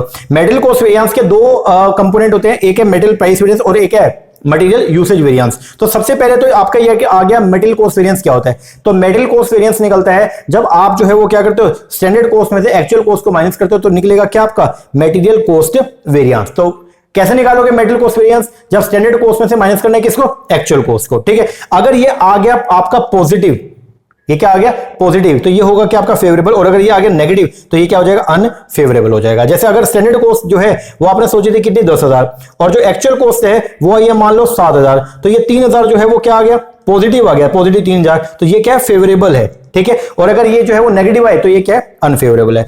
तो इसके अंदर जो है स्टैंडर्ड कॉस्ट वेरिएंस के अंदर एक होता है स्टैंडर्ड प्राइस वेरिएंस जो होता है ना, ये देख लो एक बार, मटेरियल कॉस्ट वेरिएंस, इसके अंदर आता है एक आपका मेटेरियल प्राइस वेरिएंस और एक आएगा मटेरियल यूसेज। अब मटेरियल प्राइस वेरिएंस कैसे निकलता है? मटेरियल प्राइस वेरिएंस निकलता है एक्चुअल क्वांटिटी यूज जो हुई है इनटू में करो स्टैंडर्ड प्राइस माइनस में एक्चुअल प्राइस। तो मटेरियल प्राइस वेरिएंस कैसे निकलेगा? Material price variance is equal to actual quantity use into में स्टैंडर्ड प्राइस माइनस में एक्चुअल प्राइस। और मटेरियल यूसेज वेरिएंस जो वो कैसे निकलता है? ये निकलता है स्टैंडर्ड प्राइस ले लो इनटू में स्टैंडर्ड क्वांटिटी माइनस में एक्चुअल क्वांटिटी। ये है आपका मटेरियल यूसेज वेरिएंस। जब आप मटेरियल प्राइस वेरिएंस को और मटेरियल यूसेज वेरिएंस को दोनों को जोड़ दो तो निकलेगा मटेरियल कॉस्ट वेरिएंस। तो मटेरियल कॉस्ट वेरिएंस का फॉर्मूला जो है वो क्या है? मटेरियल प्राइस वेरिएंस प्लस में मटेरियल यूसेज वेरिएंस। चलो जी आगे, अब ये प्रैक्टिकल एक बार देख लेना। फिर था labour cost variance. Labour cost variance की अगर बात करता हूं तो इसके अंदर जो है वो क्या आएगा? लेबर कॉस्ट वेरिएंस निकलता है standard cost of labour minus में एक्चुअल कॉस्ट। अब स्टैंडर्ड कॉस्ट ऑफ लेबर जो है वो कैसे निकलेगा? स्टैंडर्ड टाइम या स्टैंडर्ड आवर इनटू में स्टैंडर्ड रेट ले लो। और एक्चुअल लेबर कॉस्ट कैसे निकलेगी? एक्चुअल टाइम इनटू में एक्चुअल रेट ले लो। तो उसको माइनस करेंगे तो क्या आएगा? Labour cost variance. अगर ये पॉजिटिव है तो फेवरेबल, नेगेटिव है तो अनफेवरेबल। फिर आएगा लेबर कॉस्ट वेरिएंस जो है वो दो वेरिएंस से मिलकर बनता है। एक होता है लेबर रेट वेरिएंस और एक है लेबर एफिशिएंसी वेरिएंस। तो लेबर रेट वेरिएंस का फॉर्मूला जो है वो क्या? Labour rate variance is equal to actual time consume into में स्टैंडर्ड रेट माइनस में एक्चुअल रेट। और जो लेबर एफिशिएंसी वेरिएंस है वो कैसे निकलता है? इसको लेबर टाइम वेरिएंस भी बोला जाता है। ये निकलेगा स्टैंडर्ड रेट ले लो इनटू में स्टैंडर्ड टाइम माइनस में एक्चुअल टाइम। अब यहां पे अगर आप लेबर एफिशिएंसी वेरिएंस में अगर लेबर रेट वेरिएंस को जोड़ दो तो बनेगा आपका लेबर कॉस्ट वेरिएंस। तो लेबर कॉस्ट वेरिएंस किसके बराबर है? Labour cost variance is equal to labour rate variance plus में लेबर एफिशिएंसी वेरिएंस। ये आपको बता रखे हैं यहां, ठीक है। एक आएगा labour yield variance. Labour yield variance जो है ये क्या है? Labor yield variance is not calculated in case of use or one type of labor because in such case labor efficiency variance indicate करता है amount of labor yield variance। तो labor yield variance जो है वो कैसे निकलेगा? labor yield variance निकलता है is equal to standard cost per unit ले लो इनटू में एक्चुअल यील्ड माइनस में रिवाइज स्टैंडर्ड यील्ड। तो ये कैसे निकलेगा? एक्चुअल यील्ड माइनस में रिवाइज स्टैंडर्ड यील्ड करके। तो ये निकलेगा आपका लेबर यील्ड वेरिएंस। और लेबर आइडियल टाइम वेरिएंस अगर निकालना तो ये कैसे निकलेगा? आइडियल टाइम को मल्टीप्लाई कर दो आइडियल आवर से तो ये निकल जाएगा आपका क्या? Labour ideal time variance. तो इसको कैसे निकलेगा? आइडियल टाइम इनटू में आइडियल आवर। आइडियल टाइम और आइडियल आवर इनटू में स्टैंडर्ड रेट। जब आप इसको मल्टीप्लाई कर लोगे तो निकलेगा labour ideal time variance. Okay जी सर, लो जी हो गया। तो 4 चैप्टर अपने कंप्लीट। अब आएंगे हम अपने नए टॉपिक पे जिसका नाम जो है वो है क्या? बजटिंग। क्या नाम है? बजटिंग। चैप्टर नंबर जो अपना 7 था, बीच में 5 और 6 जो है वो 22 तारीख को जो क्लास आएगी उसके अंदर आएगा। तो अभी जो है वो हम लोग पढ़ेंगे अपना नया चैप्टर नंबर 7 जिसका नाम जो है वो क्या है? बजटिंग। बजटिंग की अगर बात करते हैं तो बजटिंग के अंदर बेसिकली 4 कॉन्सेप्ट अपने को जो है इस चैप्टर के अंदर पढ़ने हैं। एक है जी आपका बजटिंग एंड बजटरी कंट्रोल, एक आएगा आपका टाइप ऑफ बजट, एक आएगा आपका प्रोसेस बजटिंग का और एक आएगा आपका जीरो बेस बजटिंग। एक एक करके पढ़ेंगे। देखो बजटिंग क्या है? बजट बनाने की जो प्रक्रिया होती है उसको बोलते हैं बजटिंग, ठीक है ना। तो बजटिंग बेसिकली एक प्रोसेस है जिसके थ्रू हम बजट बनाने का क्या करते हैं? काम करते हैं। बजट क्या होता है? बजट एक स्टेटमेंट है बेसिकली, ठीक है ना। फ्यूचर कोर्स ऑफ एक्शन को पहले से डिसाइड जो हम करते हैं उसको बोलते हैं बेसिकली हम लोग क्या? बजट। और उसको बजट को बनाने की प्रक्रिया जो होती है उसको बोलते हैं हम लोग क्या? बजटिंग। और बजटरी कंट्रोल क्या? जब आप कंट्रोल पर्पस के लिए बजट को यूज करते हैं टेक्निक के तौर पर तो उसको बोलते हैं, उस टेक्निक को बोलते हैं हम लोग क्या? Budgetary control. आओ देख लेते हैं। बोलते हैं प्लानिंग जो है वो प्राइमरी फंक्शन होता है, हमको मालूम है, और कंट्रोल जो लास्ट फंक्शन होता है मैनेजमेंट का। बजटिंग और budgetary control occupy an important place among the various techniques which are used to perform these function। तो इन फंक्शन को परफॉर्म करने के लिए बजट जो है और बजटिंग जो है वो एक इंपॉर्टेंट रोल जो है वो क्या करते हैं? प्लेस करते हैं। अब ये तीनों है क्या? सबसे पहले बजट। बजट की अगर बात करें तो ये क्या है? ये एक मॉनिटरी या क्वांटिटेटिव प्रेजेंटेशन है किसका? बिजनेस प्लान का या पॉलिसी का, to be pursue in the future period of time. तो मतलब क्वांटिटेटिव प्रेजेंटेशन तो बिजनेस प्लान, वो बिजनेस प्लान जिसको आपने फ्यूचर के अंदर परस्यू करना है, तो उनको जब क्वांटिटेटिव वे में जब हम प्रेजेंट करते हैं एक स्टेटमेंट के तौर पर, उस स्टेटमेंट को बोलते हैं हम लोग क्या? बजट। क्या बोलते हैं? बजट। ओके, फिर आएगा बजट के बारे में कुछ बातें बता रखी है। सबसे पहला, बजट जो है वो definite period of future period के लिए होता है। यस, ये एक स्पेशल फॉर्म है स्टेटमेंट का, express in quantitative term. Yes, it is prepared with a view to attain definite objective. Yes, ये एक्सप्रेस करता है plan and policy of the management to be pursue in future. Yes, ये provide करता है base for measure the success of the actual result. Budget से आप actual performance को compare करके और आप बिजनेस की सक्सेस को जो है वो मेजर कर सकते हो। अब आएगा बजटिंग। बजटिंग क्या होता है? बजटिंग एक प्रोसेस है जिसके थ्रू हम लोग जो बजट बनाने का काम करते हैं। तो budgeting is a kind of future tense accounting, मतलब फ्यूचर के अंदर जो काम होगा उसके आज ही हम जो अकाउंटिंग कर लेते हैं उसको बोलते हैं हम लोग क्या? बजटिंग।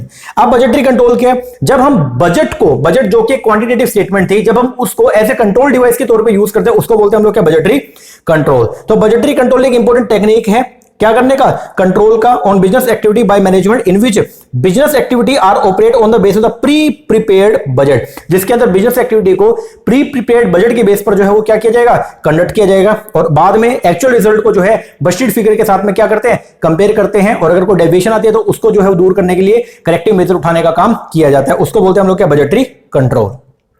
अब डिफरेंस क्या है in budget, budgeting and budgetary control, तो बता रखा है बजट और बजटिंग जो है वो नैरोर कॉन्सेप्ट है, जबकि अगर बात करूंगा बजटरी कंट्रोल तो एक वाइडर कॉन्सेप्ट है। दूसरा, बजट जो है आर बिजनेस एस्टिमेट है फ्यूचर पीरियड के लिए, बजटिंग जो प्रोसेस है वो प्रिपेयरिंग दीज एस्टिमेट, और जबकि बजटरी कंट्रोल एक सिस्टम है जिसको हम यूज करते हैं क्या करने के लिए, अचीव करने के लिए performance on the basis of budget. Budget and budgeting are the part of planning, जबकि बजटरी कंट्रोल जो है वो लिंक किया गया किसके, it is a part of the control. Okay, अब ऑब्जेक्टिव ऑफ बजटिंग बता रखे हैं, बजटिंग की क्या क्या ऑब्जेक्टिव है, तो बजटिंग के पॉलिसी रिलेटिंग ऑब्जेक्टिव क्या है, मतलब बजटिंग को जब यूज करते हैं पॉलिसी बनाने में तो उसके क्या ऑब्जेक्टिव है, बजटिंग हेल्प करता है एक्सप्रेस करता है policy and objective of firm, prepare करता है base for appraisal of work performance, coordinate करता है administrative managerial and the organisation unit of the firm, और बजटिंग डेवलप करता है एक system of regular appraisal of policy and objective of the firm. Administrative के लिए जो है वो बजट को हम यूज करते हैं, तो एडमिनिस्ट्रेशन के लिए बजट क्या क्या रोल प्ले करता है, एडमिनिस्ट्रेशन के अंदर बजट जो है डिटरमाइन करता है रिस्पॉन्सिबिलिटी अलग अलग डिपार्टमेंट की कि कौन सा डिपार्टमेंट क्या काम करेगा। दूसरा, ये एस्टेब्लिश करता है balance between the available fund and the expenditure, ये डेवलप करता है system of internal control so as to ensure efficiency in economy, ये एस्टेब्लिश करता है system of decentralisation of authority. और अदर ऑब्जेक्टिव के अंदर जो है वो क्या है, पहला ये क्लैरिफाई करता है बिजनेस प्लानिंग को, फोरकास्ट करता है in respect of sales, cost of production, cash flow, arrangement करता है for measurement of the efficiency and capacity of the various department, make effective control in cost of stock, cost of production and cash of the firm. तो ये सब objective है, इन सब objective accomplish करने के लिए हम लोग बजटिंग को जो है वो क्या करते हैं, यूज करते हैं।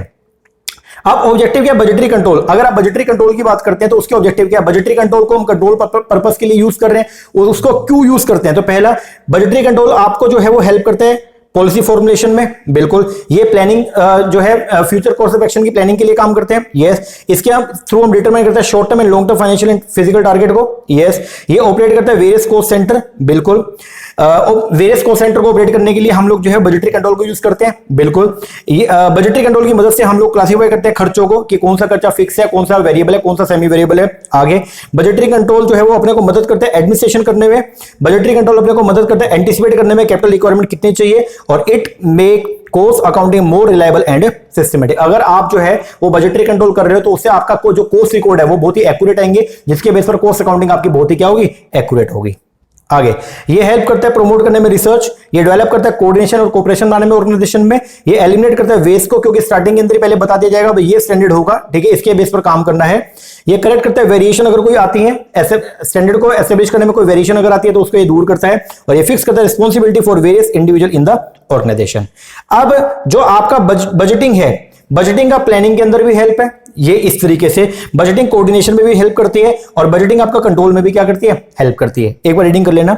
मेन जो है वो है इंपोर्टेंस, ये लिमिटेशन, यहां से क्वेश्चन बन सकता है। पहला बोलता है लिमिटेशन क्या है, बजटिंग के या बजटरी कंट्रोल के, पहला बोलता है budget are based on plan estimate, budget बनाए जाते हैं एस्टिमेट के बेस पर, और जो एस्टिमेट अगर बोल दिया तो एक्यूरेसी कभी भी आपको देखने को नहीं मिलेगा, तो पहली लिमिटेशन ये। दूसरा, budgeting is not a substitute of management, ये बात ध्यान रखना, बजटिंग जो है वो मैनेजमेंट का सब्स्टिट्यूट नहीं है, मतलब मैनेजमेंट तो करना ही पड़ेगा, मैनेजमेंट की मदद से ही आप लोग बजटरी कंट्रोल कर सकते हो। दूसरा, और जबकि बजटिंग जो है वो सिर्फ आपको मैनेजमेंट करने में हेल्प करता है, लेकिन अगर आप ये सोचो कि मैनेजमेंट ही नहीं करनी पड़ेगी, बजट बना लिया, तो पॉसिबल नहीं है।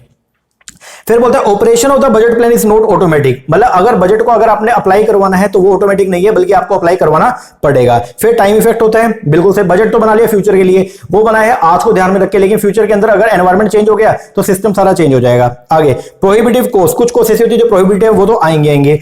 चेंजिंग कंडीशन का भी इफेक्ट आता है हमारे ऊपर, मैनेजरियल इनिशिएटिव का भी कंस्ट्रेंट, ये भी एक जो है अपना लिमिटेशन होती है, एंड कॉन्फ्लिक्ट है अमंग द फंक्शनल एग्जीक्यूटिव कई बार हो जाता है, तो उसकी वजह से भी हमारा जो पूरा कॉन्सेप्ट है वो बिगड़ जाता है। आगे type of budget, type of budget में पीरियड के बेस पर है। लॉन्ग टर्म बजट होते हैं जो 5 से 10 साल के लिए बनाए जाते हैं, शॉर्ट टर्म जो 1 से 5 साल के लिए बनाए जाते हैं, और करंट बजट होते हैं जो 1 महीने से 12 महीने के बीच के लिए बनाया जाता है, उसको बोलते हैं हम लोग क्या, करंट बजट। फ्लेक्सिबिलिटी के बेस पर बजट दो तरीके का, एक है फिक्स बजट, एक है फ्लेक्सिबल। फिक्स बजट होता है जिसके अंदर आपका लेवल ऑफ एक्टिविटी जो है वो क्या रहेगा, आपका अनचेंज रहेगा, ठीक है, जैसे 2000 यूनिट का बजट बना दिया तो 2000 का ही रहेगा। और फ्लेक्सिबल बजट वो रहेगा जिसके अंदर आप कॉस्ट, रेवेन्यू और प्रॉफिट को जो है various level of business activity पे आप लेके जा सकते हो। जैसे आपको 2000 का एक स्टैंडर्ड दे दिया है, उसके बेस पर आप 4000, 6000, 10000 यूनिट तक का बजट बना सकते हो। फिर एक होता है मास्टर बजट, एक है फंक्शनल। मास्टर बजट होता है जो क्या करता है वेरियस फंक्शनल बजट पहले क्या होते हैं, फंक्शनल बजट होते हैं, डिपार्टमेंटल बजट बोलते हैं, जो अलग अलग डिपार्टमेंट के बनते हैं, और उन सभी डिपार्टमेंटल बजट को जोड़ के जो बजट बनता है उसको बोलते हैं हम लोग क्या, मास्टर बजट। ये कंसोलिडेटेड समरी होती है वेरियस फंक्शनल बजट की। आगे आइएगा, सेल बजट होता है क्या करने के लिए, सेल को फोरकास्ट करने के लिए। प्रोडक्शन बजट होता है टोटल आउटपुट को जानने के लिए। कॉस्ट बजट जो है बनाया जाता है कॉस्ट ऑफ आउटपुट के लिए। ओके, इसके बाद कैश बजट होता है एस्टिमेट करने के लिए कि कितना एंटिसिपेटेड अपने को जो है वो रिसीट होगी और कितना अपना पेमेंट होगा। कैपिटल एक्सपेंडिचर बजट बनाया जाता है कि फ्यूचर के अंदर अपने जो कितना कैपिटल एक्सपेंडिचर अपने को करना पड़ेगा। और एक होता है आपका जीरो बेस बजटिंग, इसको हम आगे पढ़ेंगे ढंग से। अब इंस्टॉल अगर करना है बजटरी कंट्रोल सिस्टम तो उसके लिए क्या क्या चाहिए, ये है, आप बजट सेंटर को क्रिएट करो, अरेंज करो एडिक्वेट अकाउंटिंग रिकॉर्ड्स। फिर जनरल इंस्ट्रक्शन होगी अब बजट टेक्निक के बारे में, preparation of the organisation chart, establishment of the, establish करेंगे आप बजट कमेटी को, उसके बाद में प्रिपेयर करेंगे बजट मैनुअल, और फिर डिटरमाइन करेंगे बजट पीरियड, और डिटरमाइन करेंगे की फैक्टर, डिटरमाइन करेंगे लेवल ऑफ एक्टिविटी और बजट रिपोर्ट। लेकिन ये ज्यादा काम के नहीं है क्योंकि इसके स्टेप आगे दे रखे बजटरी कंट्रोल के, जो 5 स्टेप थे वो पढ़ के जाना जो आपको क्लास में करवाए थे मैंने। फिर असेंशियल क्या, इफेक्टिव बजटरी कंट्रोल सिस्टम अगर आपको बनाना है तो उसके लिए असेंशियल क्या है, असेंशियल ये है कि टॉप मैनेजमेंट का सपोर्ट होना चाहिए, एफिशिएंट ऑर्गेनाइजेशन होनी चाहिए, फिर फोरकास्टिंग जो आपने करी है वो बिल्कुल साउंड नेचर की हो, फिर अकाउंटिंग सिस्टम आपका बिल्कुल एक्यूरेट होना चाहिए, जो प्रॉपर डेटा आपको प्रोवाइड करे जिसके बेस पर आप क्या करोगे, बजट बनाओगे। Complete and well device cost accounting technique आपके पास होनी चाहिए, क्लियरली डिफाइंड बिजनेस पॉलिसी हो, and availability of the statistical information, सारा डेटा आपके पास अवेलेबल, उसके बेस पर आप क्या करोगे, बजट बनाने का काम करोगे। फिर कांस्टेंट विजिलेंस आप जो है वो रखेंगे हमेशा, ठीक है, कोई फैक्टर में अगर चेंज हो जाए तो बजट को भी आप धीरे धीरे क्या करोगे, चेंज करोगे। बजट पीरियड एक प्रॉपर एक पीरियड के लिए बजट बनेगा। Knowledge of uses and limitation of budget आपको पहले से होनी चाहिए। कोऑर्डिनेशन होना चाहिए डिफरेंट बजट के बीच में। बजट फ्लेक्सिबल भी हो, मतलब ऐसा नहीं हो कि एक बार बना दिया तो उसको चेंज ही ना कर पाए। प्रॉपर इंसेंटिव भी आपको मिलना चाहिए, मतलब अगर कोई पर्सन बजट को जो है वो क्या करता है, पूरा करता है, तो उसको जो है इंसेंटिव मिले, मॉनेटरी या नॉन मॉनेटरी, ताकि वर्कर मोटिवेटेड रहे, एंड रीजनेबल अटेनेबल टारगेट होने चाहिए। अब स्टेप क्या बजटरी कंट्रोल में, तो ये बता रखे थे आपको। सबसे पहले मैनेजर डिटरमाइन करता है ऑब्जेक्टिव जिनको आपको अचीव करना है एक पीरियड के अंदर। फिर मैनेजर जो है वो आइडेंटिफाई करेगा एक्टिविटी जिसको परफॉर्म करना है उन ऑब्जेक्टिव को अकॉम्प्लिश करने में, ठीक है। फिर उसके बाद में क्या होगा, मैनेजर ड्रॉ करेगा एक plan and procedure for achieve the objective. फिर मैनेजर जो है वो ले डाउन करेगा सिस्टम फॉर कंपेयर का एक्चुअल परफॉर्मेंस को किससे, एक्सपेक्टेड। और लास्ट के अंदर once the budget and the system is made, manager compare करेगा बजटेड वैल्यू को विद द एक्चुअल से, एंड फॉर इंस्टेंस अगर प्रोडक्शन जो है वो 18 लाख का रहा, then he will analyse the difference and identify करेगा कॉजेज ऑफ डेविएशन। इस तरीके से वो करेक्टिव मेजर भी करता है। तो ये आपके स्टेप हैं बजटरी कंट्रोल के, ध्यान रखना। इसके बाद zero base budgeting, zero base budgeting जिसको डिनोवा बजट भी बोला जाता है, इसको स्टार्टिंग में लेके आने वाला पर्सन कौन था, पीटर एफ फायर था यूएस का। और इस टेक्निक को सबसे पहले जिमी कार्टर ने जो है यूएस के अंदर यूज किया, क्या करने के लिए, कंट्रोल करने के लिए स्टेट के एक्सपेंडिचर को। अब जीरो बेस बजटिंग जो है वो क्या होती है, जीरो बेस बजटिंग को बोलते हैं, ये स्टार्ट होती है जीरो से या एकदम क्लीन स्लेट से, मतलब ये एक नया बजट होता है बिल्कुल ही, जिसके अंदर जो है पुराने बजट की किसी भी आइटम को बेस के तौर पे नहीं लिया जाता। जीरो बेस बजटिंग के अंदर उस बजट में, जीरो बेस बजट के अंदर जो भी आइटम डाला जाएगा उस हर आइटम का जस्टिफिकेशन होगा। मतलब ये है कि कोई भी आइटम सिर्फ जजमेंट के बेस पर या पास्ट एक्सपीरियंस के बेस पर आप उसके अंदर इनकॉर्पोरेट नहीं करोगे। तो जीरो बेस बजटिंग एक प्लानिंग एंड बजटिंग प्रोसेस है which require each manager to justify, हर मैनेजर जस्टिफाई करेगा एंटायर बजट रिक्वेस्ट को in detail from scratch and shift the burden of proof to each manager to justify why he should spend any money at all. तो आपने budget को बनाने में जो भी खर्चा उसके अंदर डाला, हर खर्चे की आपसे जो है वो जस्टिफिकेशन मांगी जाती है, उसको बोलते हैं जीरो बेस बजटिंग। अब मेन फीचर क्या, पहला टोटली फ्रेश कंसीडरेशन होता है, यस। दूसरा जस्टिफिकेशन होता है for every amount of expenditure, yes. तीसरा यहां जीरो बेस बजटिंग में कॉस्ट बेनिफिट का एनालिसिस किया जाता है, उसी के बेस पर देखते हैं कि कोई आइटम मान ली वैल्यूएबल है भी या नहीं। आगे लिंक किया जाता है कॉर्पोरेट गोल से। आगे पार्टिसिपेशन होता है हर लेवल ऑफ मैनेजमेंट का। अब क्या क्या स्टेप है, सबसे पहले हम डिटरमाइन करते हैं ऑब्जेक्टिव बजटिंग का, फिर डिसाइड करेंगे स्कोप ऑफ एप्लीकेशन, मतलब जो जीरो बेस बजटिंग को कहां लगानी है, पूरी ऑर्गेनाइजेशन को लगानी है, किसी डिपार्टमेंट बजट के लिए बनाना है। आइडेंटिफाई करते हैं डिसीजन यूनिट को, डेवलप करते हैं डिसीजन पैकेज, और उसके बाद में रैंकिंग करेंगे प्रायोरिटी के बेस पर, फिर अप्रूवल होगा और फंडिंग होगा। अब ये चार्ट के थ्रू बता रखा है, देख लेना। फिर ये डिफरेंस है, एक बार ये तो नॉर्मली है।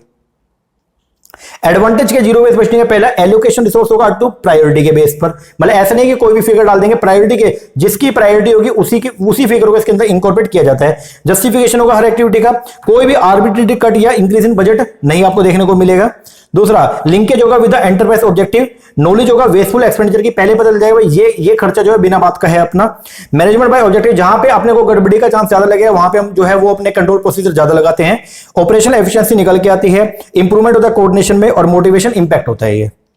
लेकिन इसकी एक लिमिटेशन है, वो क्या, सबसे पहला एक्सपेंसिव मेथड है, क्योंकि सारा जो बेस ढूंढना पड़ेगा आपको, तो बेस बनाने के लिए जो है वो आपको सारे डिटेल के अंदर जो है वो क्या करना पड़ेगा, स्टार्टिंग से आपको एनालिसिस करना पड़ेगा, तो एक्सपेंसिव मेथड है।